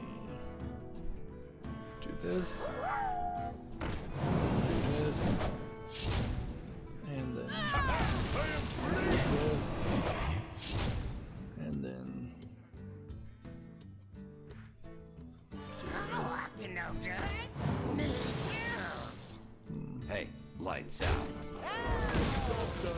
and then return. Gematsu has the same article, Blood Remaster, subtitled Fresh Supply, and it's now available. Apparently, I wouldn't be surprised if a lot of these Doom clone games all ran on a similar engine, and that's why they are being ported pretty easily by Night Dive. Because I don't... It would be a little weird, I suppose, if Night Dive was just running an emulator, a DOSBox style emulator on these games. Next we have a game on Steam called Pax Nova. It's already mixed. It looks like it's a turn-based strategy game. It's funny, last week there was, well, Wednesday, not last week, but there was an actual space game that I was willing to give a shot, and I put it on the follow list, and it's the first time I've done that in a long time. As for Pax Nova, well, it looks very pretty, and I would put it on the follow list. There's a problem clearly here. $22.49, that discounted for early access as a problem. But something else here. Short, funny version. The developers of this game heard just one more turn game play and assumed that meant the gameplay should consist of nothing other than clicking next turn. So apparently nothing happens turn to turn, according to that review. Alright, that kind of makes some sense if it's a boring gameplay. Corruption. Let's see here. Who goes there? This. Here we This. go.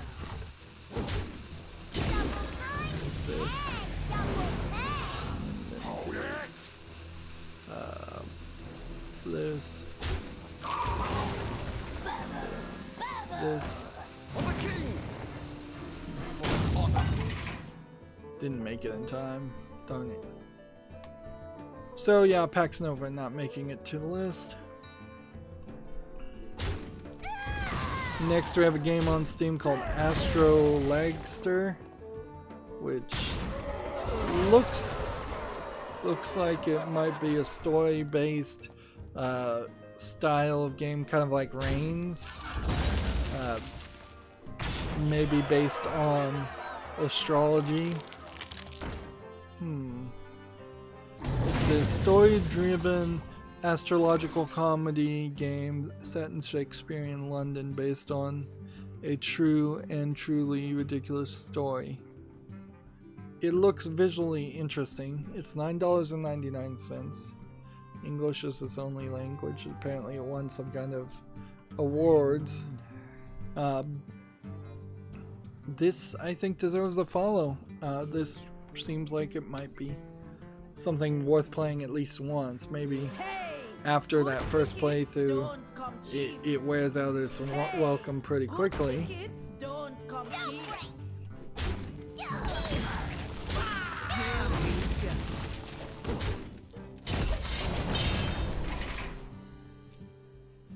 Let's see. Next we have Yakuza Kiwami 2 on Steam. This wasn't the guy. That was Judgment. Apparently this is just snuck out. Interesting. It's definitely a hard M. $29.99. The Kiwami series is the reboot series as I understand it, so this is effectively Yakuza 2 being remade and remastered. It's rated positively. There's no reason why this shouldn't be on the wish list. I pretty much can just skip even the follow list. Now, that's because I would like to support these very Japanese mafia-centric style games and Japanese culture-centric games, and also it's a weird style game. So I would be fine with owning the Yakuza series and never really getting around to playing it. Of course, that puts me always in this weird position where I'm probably buying too many games if I'm starting to say, well, I can own this without actually playing it. I'm trying to actually play all the games I own, and I'm doing a relatively decent job at that, or at least give them a shot. And if I did get around to actually playing the Yakuza Kiwami series, I think I'd probably enjoy it fine. It might be a little grindy. I might just run through the main story and avoid a lot of the side mission stuff. Alright. Well, I don't have anything here that I can re-roll, so I have 250s that are around secrets and spells. So if I just play Paladin ranked, I'll be fine. This pack is from the Watch and Learn on Wednesday. And if I finish daily quests, I think we'll probably leave some of the news for maybe Monday, although that would be kind of a mess. So all 5 of those cards were turned into dust. No surprise there. Alright, so rank, Paladin should be fine. Next we have a game on Steam called Bird Gut, which seems like it's half platformer, half puzzler, have other adventures. It seems kind of varied in the gameplay style when I was watching this trailer. You get swallowed by a bird and you're inside of its gut, and then you're platforming and escaping, and the art style, I would say, is kind of a uniquely different hand-drawn thing.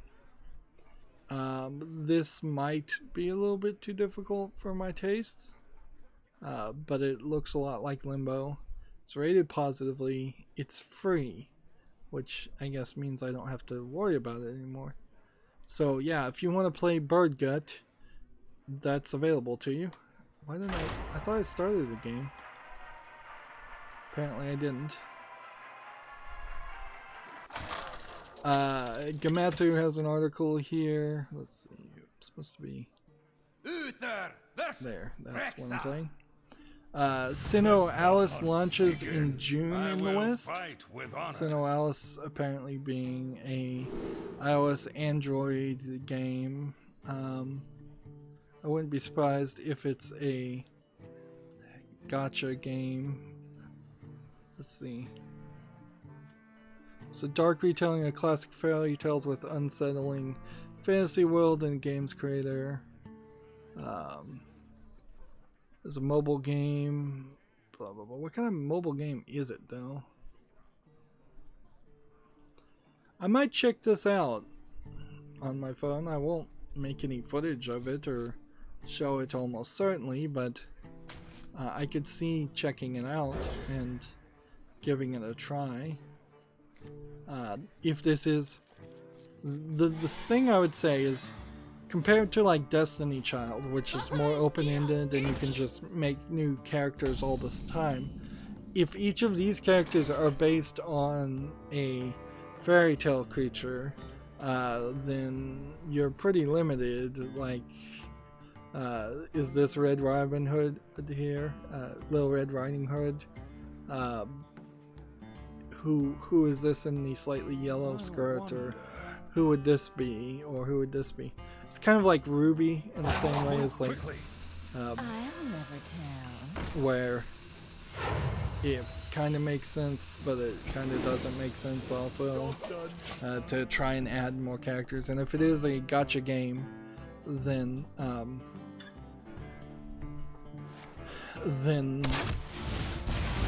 that'll be a problem. Being called Sinnoh Alice, I guess Alice in Wonderland is probably going to be a main character. Let's see. I'll go to the official website and see if I can get some more details. just a play button with a video.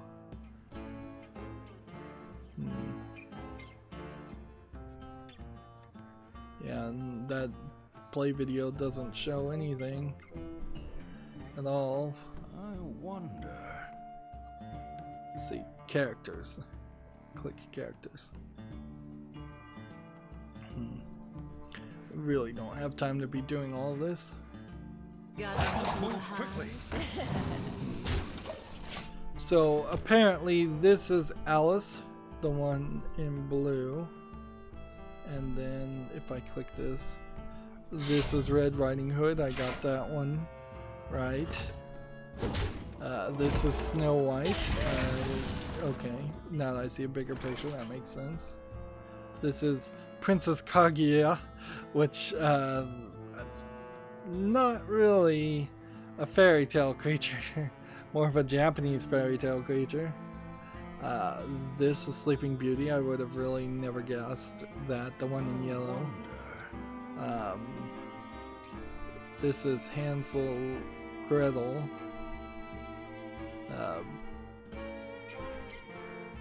And this is Pinocchio. And this is Cinderella. See, this is the kind of idea where you've got those characters, and it was rated M for mature. And in case you missed that, you've got those characters, but I don't know how you expand on that and make a gacha game. So it's probably going to be more of a grindy RPG game. And then if that's the case, then I don't know if they would, if I'd want to play a grindy RPG style game or dungeon crawler style game in on a cell phone. That seems kind of like the worst place that you'd want to play an RPG.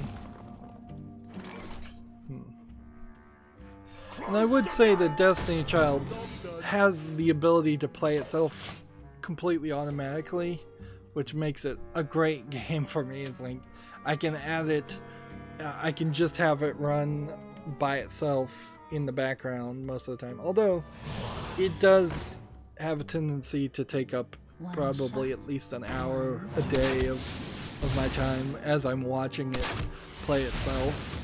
Because it's not 100% automatic. There's still some small things you have to do in between fights to set up and prepare and build your teams. Moving on, Gematsu has an article. Super Cane Magic Zero launches May 30th. I have no idea what this game is, but it's coming for the PS4, PlayStation 4, a Switch, and PC in Americas and in Europe. I think that's probably as much information as we need to say. Let's see, it seems like it's a co-op twin stick shooter battler game. Yeah, definitely it's a player versus player style game. I'm never interested in those. Got something to hide? For justice. Incoming. Let's see.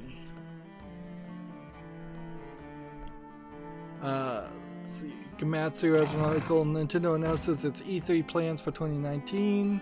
It includes 2 competitions featuring top players of Smash Bros. Ultimate and Splatoon, and a Nintendo Direct on the morning of June 11th, and a Nintendo Dreamhouse Live. All of this is around the time of E3, but I don't think actually at E3, because Nintendo hasn't been at E3 at all. So they're I don't know how they don't get sued for using E3's name, quite frankly.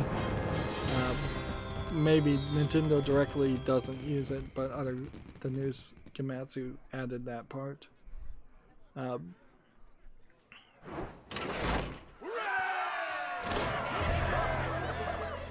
Let's see. Okay, more secrets, more spells. That's all we gotta do, and keep on winning so we get up in ranked play. It's been over a week now, and we really haven't made it up in rank play for any of the accounts. I don't think I've even done much rank play, or any rank play possibly, for the main account. Moving on, TechRaptor has an article, New Persona 5, the royal details, more confidence, more hours, more music. It seems like the royal is fight with honor. just kind of like a DLC expansion for Persona 5, where I thought it was going to be a standalone, slightly different game. There is another Persona 5 spin-off game, that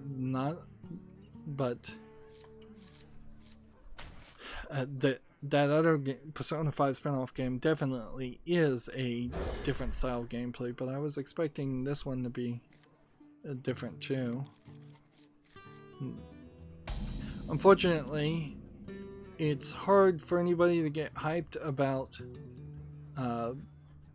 well, it's hard to get hyped about Persona 5 in general when Atlas of Japan is not letting anybody stream it even now. So it came, people were hyped the few weeks it came out, after the few weeks that it came out, but then it was quickly forgotten because there's no streamers out there promoting it or reminding people that it existed. And I would argue that I would suspect that Persona 5 came out at probably the wrong time of the year, when there was a lot more competition. If it was coming out 2 weeks ago, then there would have been no competition at all, just Days Gone, and people playing Persona 5 would have had no interest in Days Gone probably. So they could have owned weeks upon weeks of news cycle just by having a different time in which they came out. Got something to hide? GameIndustry.biz has an article, Konami enjoys its 5th consecutive year of profit growth, mobile Yu-Gi-Oh games, and PES Online. What is that? Online mode helps drive Japanese publisher to $2.37 billion. What is PES? Oh, it's Pro Evolution Soccer. That's what it is. I knew I'd heard of that, but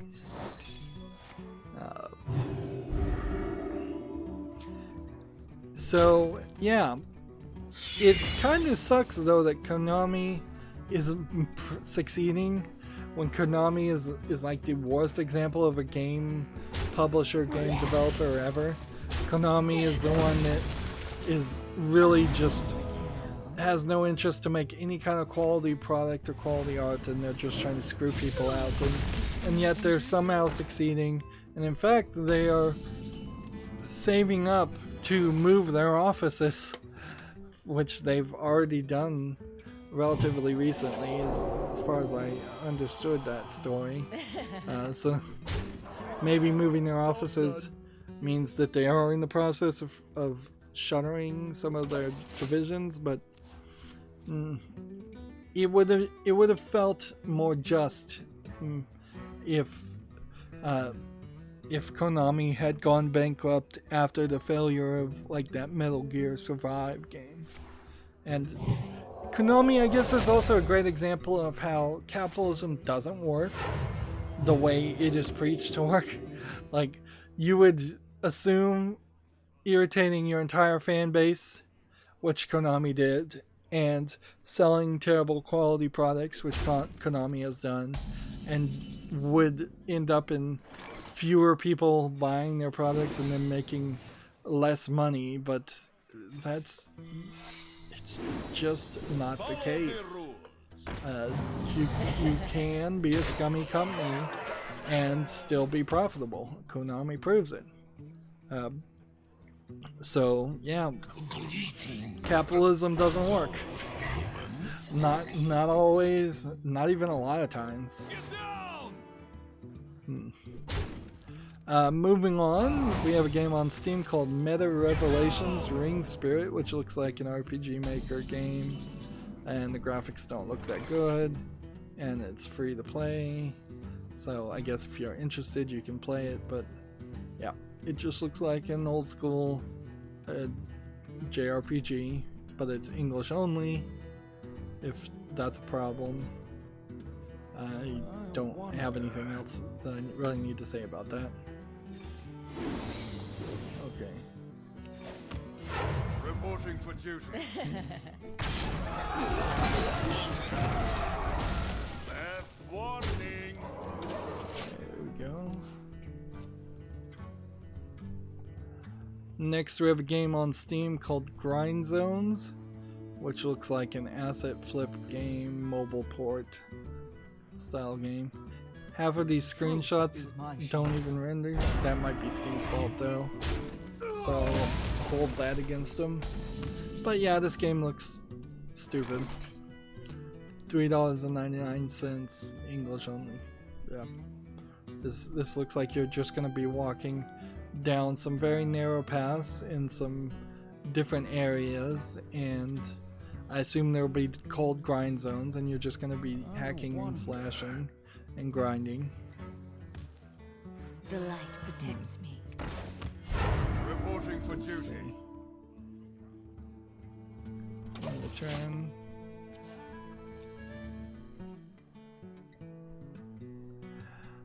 Next, we have a game on Steam called Piece of Evil. This one's tagged nudity. Let me look at these screenshots before I show them off.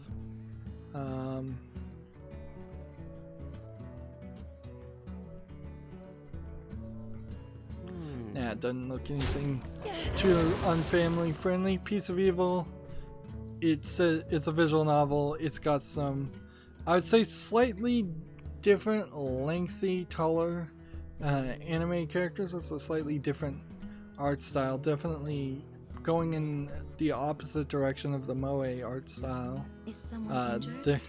Some of these creatures, some of the characters seem to be cat girls or fox girls or something. I don't know, but it seems like it's not any. That might be a rabbit girl here.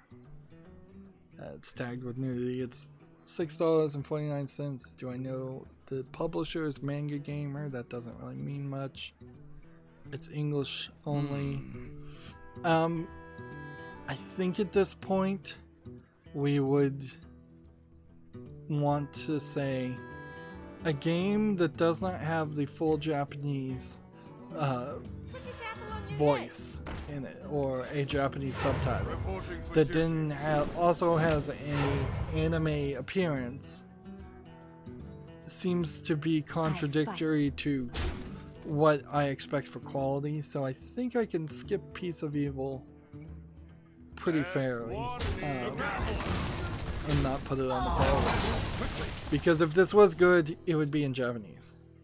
It just would. It would be in Japanese. That would be the original language.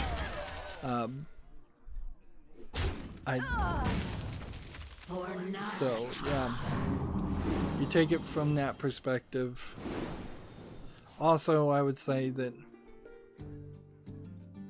I need to be more careful on what visual novels make it to the wish list and what don't, because I really don't want to invest a huge amount of time here.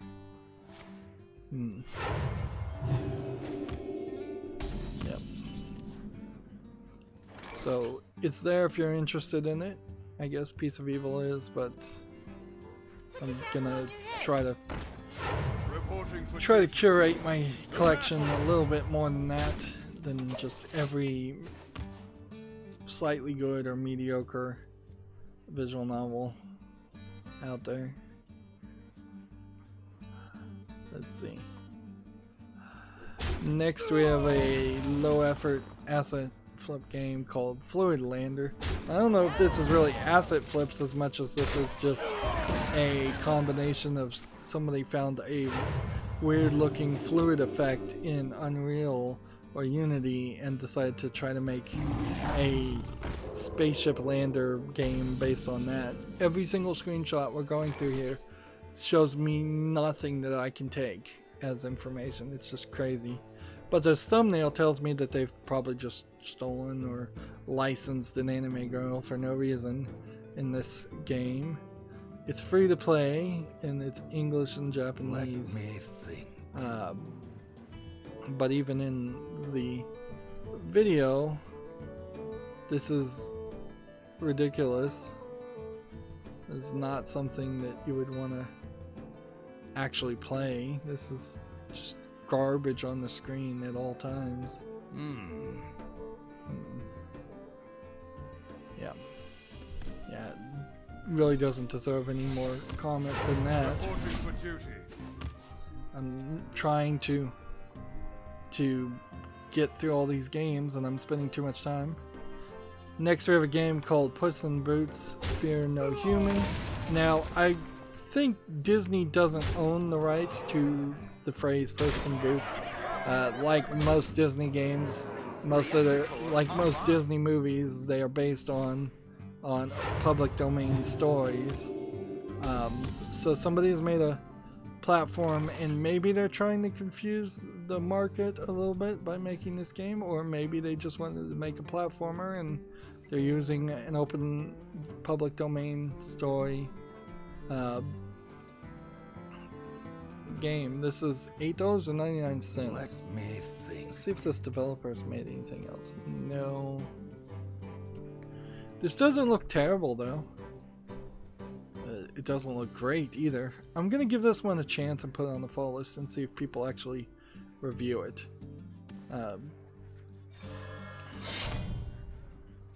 Justice. Reporting for duty. Let's see. What do I want to kill?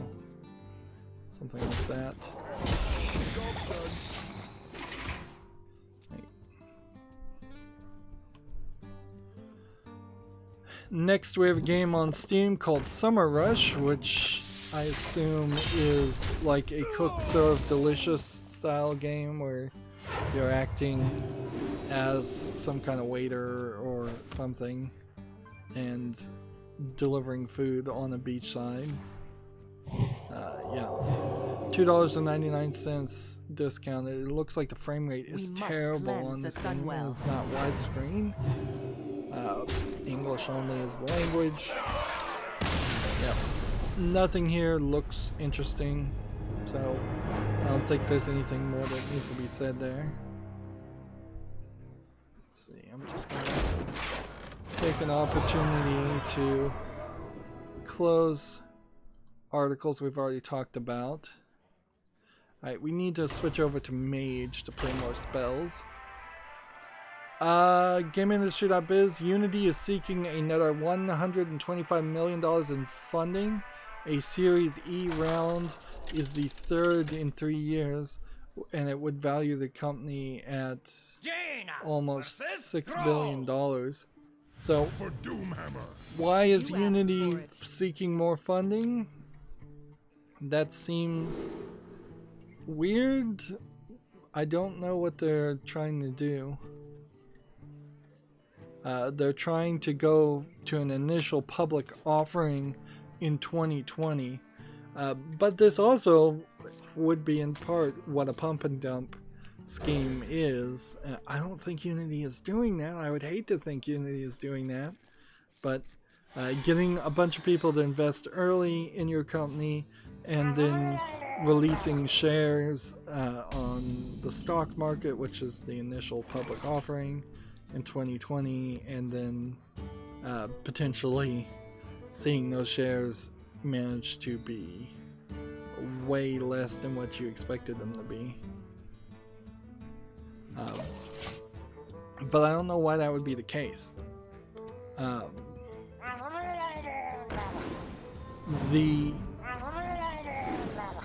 The only thing I could say is that maybe they're trying to make money off of Unreal Engine and Epic and Fortnite. Something to consider here is Rocket League was made in Unity, I think. So if Rocket League is ported over to Unreal Engine, then Rocket League maybe is paying less money to Unity, or no money to Unity. there's still plenty of mobile developers out there. It would certainly kill. Runs out on me. It would really, really hurt Unity if it would really hurt Unity if there was a if Unreal Engine started to be able to be used to make mobile games. This is one of those articles that's a little too inside baseball for me, frankly. Like, they may just be trying to get funding for no reason, or there might be some underlying problem with Unity that's not obvious. A lot of games get made in Unity though, so I don't know what that underlying problem could be. Let's see, freeze a minion and then deal damage to it. How about we just do this? And let's see. This.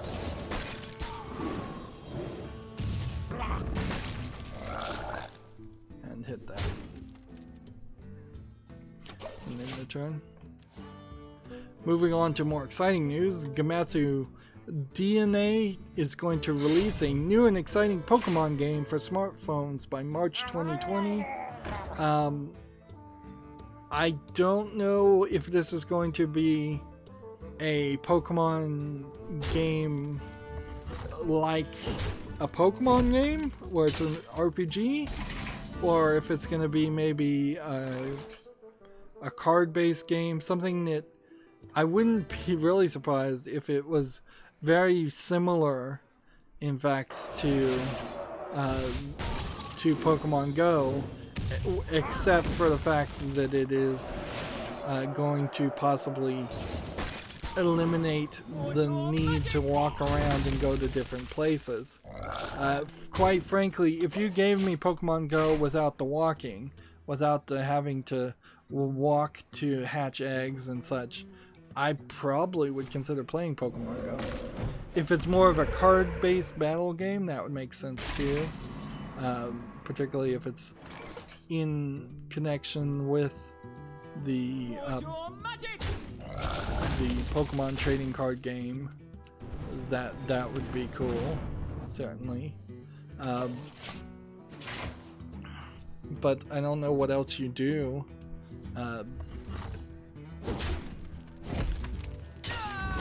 But yeah, there's no details right now, so this is a hype article for sure. Let's hit that. And just kill that while we're here.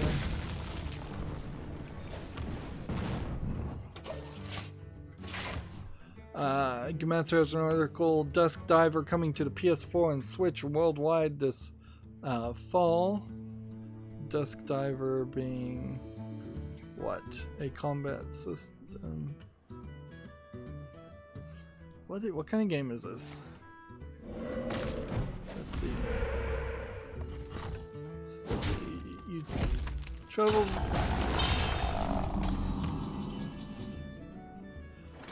I think it's a beat 'em up game, but I'm having a hard time figuring it out. It's currently on early access, so let's see what that does. You require my assistance.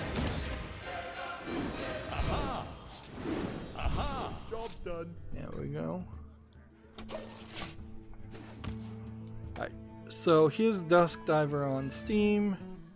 It seems like it's very polished. I was not expecting this at all. I was expecting a 2.5D style game. Yeah, it looks like it's a beat 'em up game. Where you walk around, kind of like a Persona game. Wow, it's rated very positively. Early access for $24.99, and there's like one free DLC. Full Japanese and Chinese voice acting, just not English. Wow, this is a game I have totally overlooked. I definitely need to put this on the wish list. Like all that problem I have with Persona, not being able to show Persona footage, I could alleviate by playing Dusk Diver.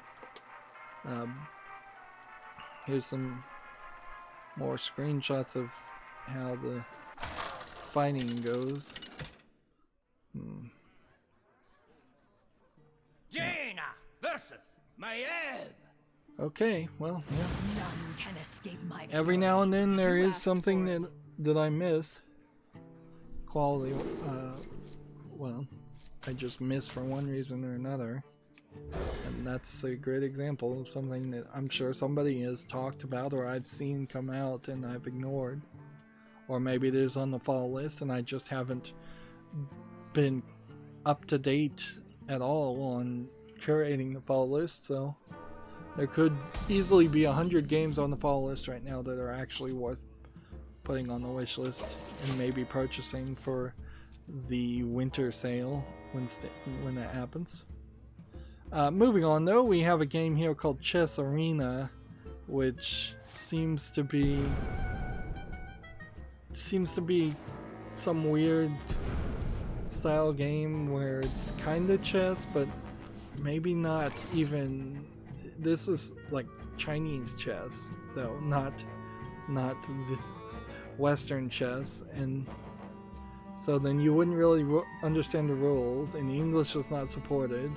It's $2.39. So it's like a battle chess Chinese game, although I would say the graphics look a little bad. So there's something also probably to be said about that.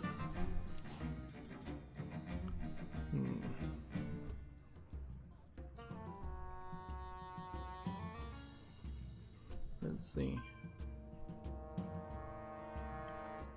We don't need to talk about that. We already talked about that game. Next, we have a game on Steam called RoboSoul from the Depths of Pax Anima. Let's see. This looks like this is probably a hack and slash game. There's way too much on the screen, quite frankly, and way too much in the title. It's just going too far in all of its design. It's early access for $4.79 discounted, English only. There's guns, there's swords, there's tons of things on the screen. It's just too much. And then if I click on this developer, surprise, surprise, it's the first game ever made by this developer. Yeah, that's a skip. Let's see. If I did this and didn't do nothing else, I guess.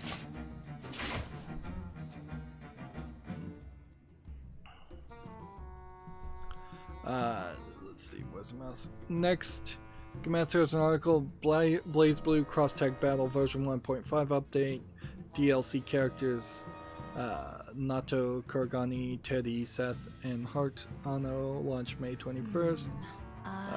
These are some characters, I think, from the Persona series or other series. Let's see, is there anything else really worth mentioning?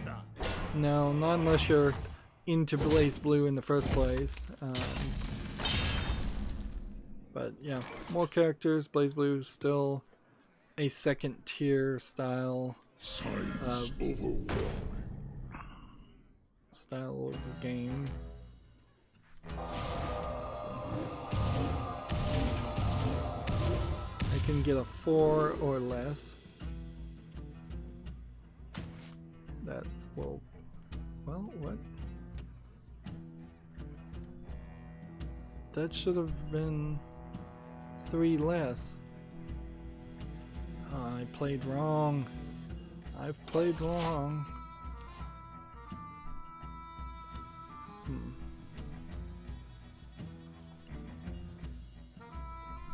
Check this next game since it's tagged with nudity. Yeah, this is still fun. Next we have a game called Meryl, the Labyrinth of the Black Sea, which is just an RPG Maker game. It's already rated mixed. There's nothing here that should encourage you to buy this game, including this one screenshot. This is $9.74. It's apparently a part of a huge bundle, and it's English and Chinese. So yeah, probably a cheap Chinese style RPG clone.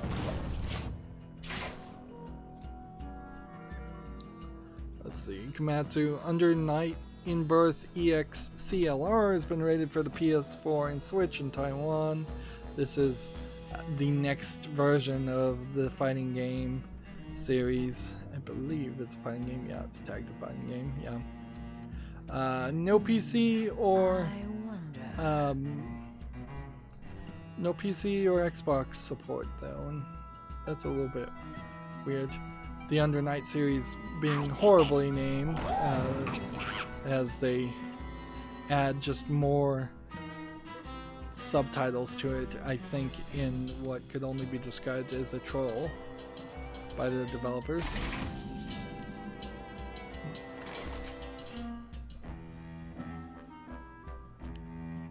Let's see. What do I want to do?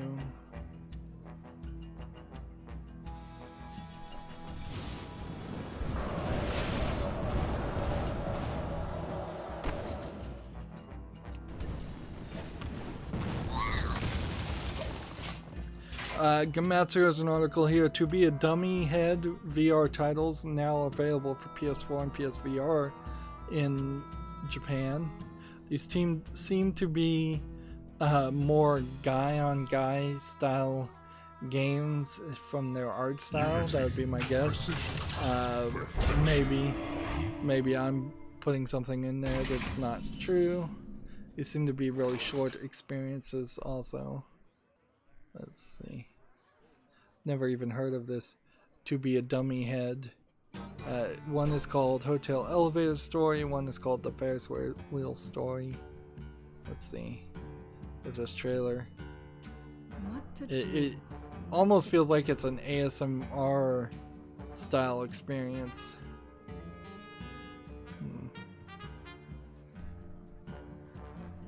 Yep.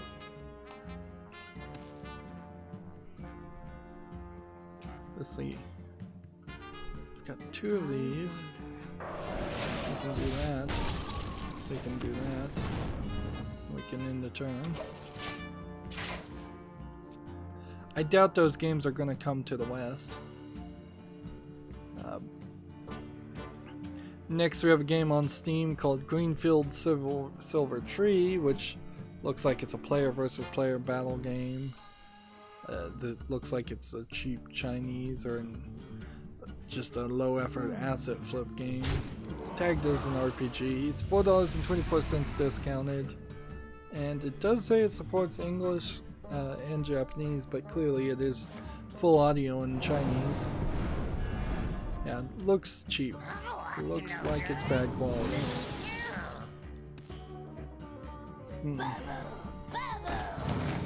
We ran into quite a lot of that today. Let's see. Next we have a game called Zombiotic, which looks like it's an isometric. I don't know what kind of game this really is. It feels like might be some kind of a tower defense game with small square pixel graphics, and then zombies come in and you try to defend it, so it's kind of like a tower defense game. It's $13.99 though, and from the visual graphics you can definitely tell it's not worth that. English and French as language, interesting. One damage to the minion and to the one next to it. Target stealth minions. Alright, well. gonna play this, and I'm gonna play this. Then in the turn, just so I play spells. Gematsu has an article, first look at Blue-Winged Chevalier, the Students of Round remake for PS Vita. It's odd that they're still making PS Vita games. This looks like this is a JRPG, maybe dungeon crawler. Let's see if there's any more screenshots worth mentioning. Not really. This game, Blue-Winged Chevalier, must have been slightly popular though if it's getting a remake, but I'd imagine if it was really popular, they would be remaking it to the Switch and not remaking it to the Vita. At this point, we are 2 hours and 30 minutes in. I'm gonna just cover the news real quickly and let's wrap up here because we've done everything, and sure, I could go to the main account and try to play some ranked Paladin, but I don't think that's really gonna be worth the time. So GameIndustry.biz has an article here. Capcom creates a feeder leagues to grow the Street Fighter esports. 3 new competitions kick off this summer to prepare players for professional tournaments. I'm not sure people want to play Street Fighter as an esport. Gematsu had a ton of articles today. Mary Skelter 2 is coming to the West for Switch. It's a digital only release. Mary Skelter, I think, is a dungeon crawler RPG, yeah. I don't even think it's probably that good, but I'd have to double check on that. But yeah, it's coming to the West on the Switch, not the PlayStation, not the PS, the Vita. We already talked about that story. And there's a lot of games I'm just gonna have to look at probably over the weekend. And if there's anything that really is worth mentioning or showing off, I'll hold it for Monday.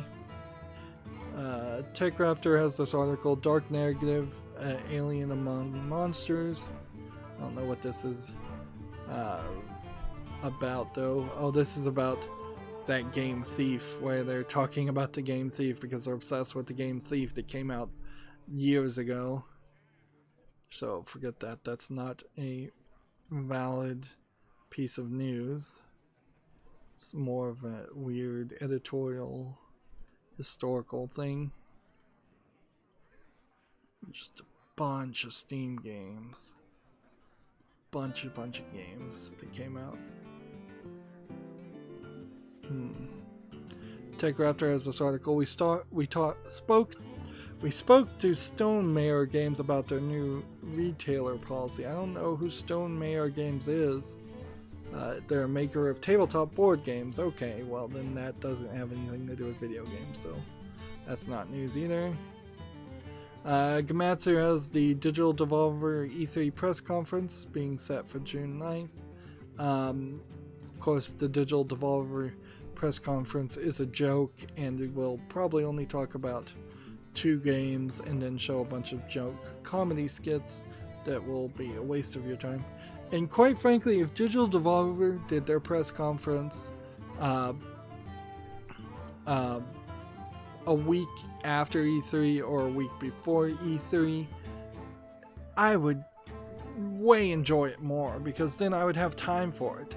Like, if they were doing it today, I probably would be watching it right now.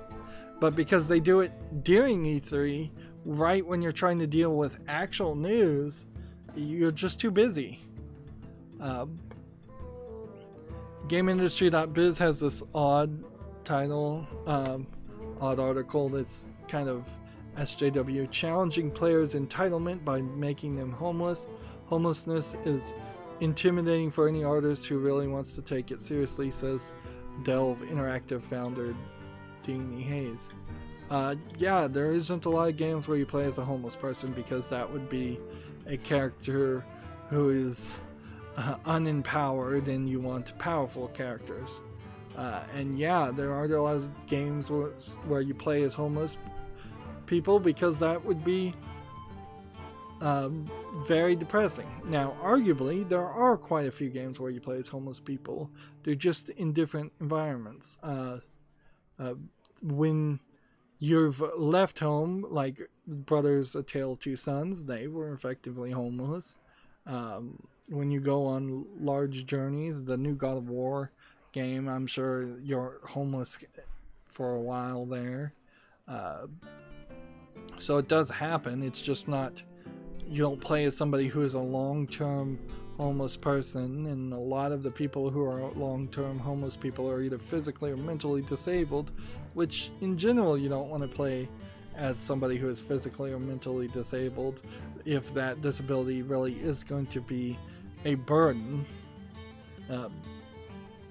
So yeah, you don't play as people that are missing legs very often, that don't immediately get those missing legs replaced with robot legs in video games either, for the same reason. Tech Raptor has another article here, unraveled the mind's mystery in the psychological thriller The Shattering. This game I don't think is too close to coming out, and this might be a walking simulator with some pretty graphics, but it does look more polished than most, and I'm not fully opposed to something like this. So let's see, let's get an idea when The Shattering is out. It's on Steam right now. It's planned for Q4 2019, and the company is called Super Sexy Software. Frankly, I like the name a lot for their company, but they probably should change it. Just switch it over to Super Sweet Software, and then in your mind always know that you meant sexy. Yeah, I'm probably would wishlist this. I don't know if I need to wishlist or follow list it when it's not even got a release date, though. That's an announcement of an announcement style of information that I don't want to have to deal with games until they actually have committed to release. TechCraft has another article, cause mayhem and destruction in VR nautical combat game Battle Wake. This looks interesting with the tattoos. And that would, I suppose, be slightly more interesting of a pirate ship fighting each other game if you could magically cause krakens to summon and attack other creatures. This actually looks really cool by adding that magical element to it, but it's VR only. It's only because they're being limited by VR that they thought of this idea of magic rings where you point to target. Cool idea. I just wish it wasn't VR only. Alright, and I only have a couple more articles, so don't worry, we're not going to sit here for a long time. TechRaptor has a Dark Devotion review devoted to darkness. Dark Devotion seems like it is a Diablo clone of some sort, although it's more 2.5D. Maybe I was thinking of a different game. Well, they give it a 7.0, very good. While Dark Devotion suffers from several easy-to-fix flaws that stop it from being perfect, it remains a deep, dark, and engaging action RPG. Pros: deep exploration gameplay, intense combat, and non-direct storytelling. Cons: no way to backtrack, no tracking certain collectibles. That is something that Axiom Verge also has a problem with too, is that it just doesn't really tell you how many health upgrades there are in the entire game, or so for no reason it could have easily told you you've collected 1 of 20 or 5 of 20. So, but without going back to the main menu and seeing if you've hit 100% collections and probably using a walkthrough, you're never going to know if you've gotten all the collectibles in the game.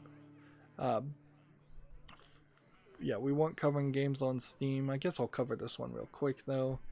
Here we have New Yankee in King Arthur's Court, which is just a simplistic kind of resource management game with a mini game with you. It's $5.59 and not worth getting. And that puts me at the Humble Bundle store. Let's see if we've got any new bundles to talk about. Nope, no new bundles. The Lego bundle has 3 days left, and that is that. So I could then put... I feel like I probably did skip some of the announcements at the Sony State of Play, but not really.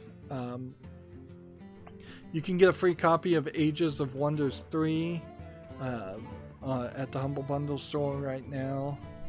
They occasionally give out free games. And I'm just going to kind of quickly scroll down my Twitter feed just to make sure there isn't any more news. But yeah, it's definitely been a slow week in general for video games. If it weren't for Randy Pitchford, let's see, GameIndustry.biz has an article here. ESA reportedly troubled by eroded trust and harsh management styles. I don't know if that's the ESA has lost trust in its employees and its harsh management styles, or if it's troubled by reports of other companies having eroded trust in the games industry and having harsh management styles. I suspect it's probably the ESA itself having internal eroded trust and harsh management styles. Scrolling down my Twitter feed.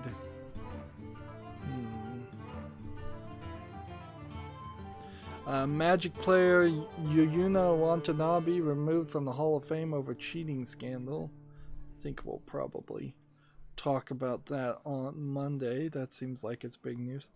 Honestly, if there was a game I didn't mention from the Sony State of Play, it was probably only one game. Dragon's Lair Trilogy is now available for pre-order for the Xbox One. How's that a trilogy though? I thought there was only 2 Dragon's Lairs games. I'm gonna have to search out how that works. Okay, yeah, that's all the Twitter I need to scroll down. Well, we started late for Friday. Did that really change too much? It probably sped me up and made me decide not to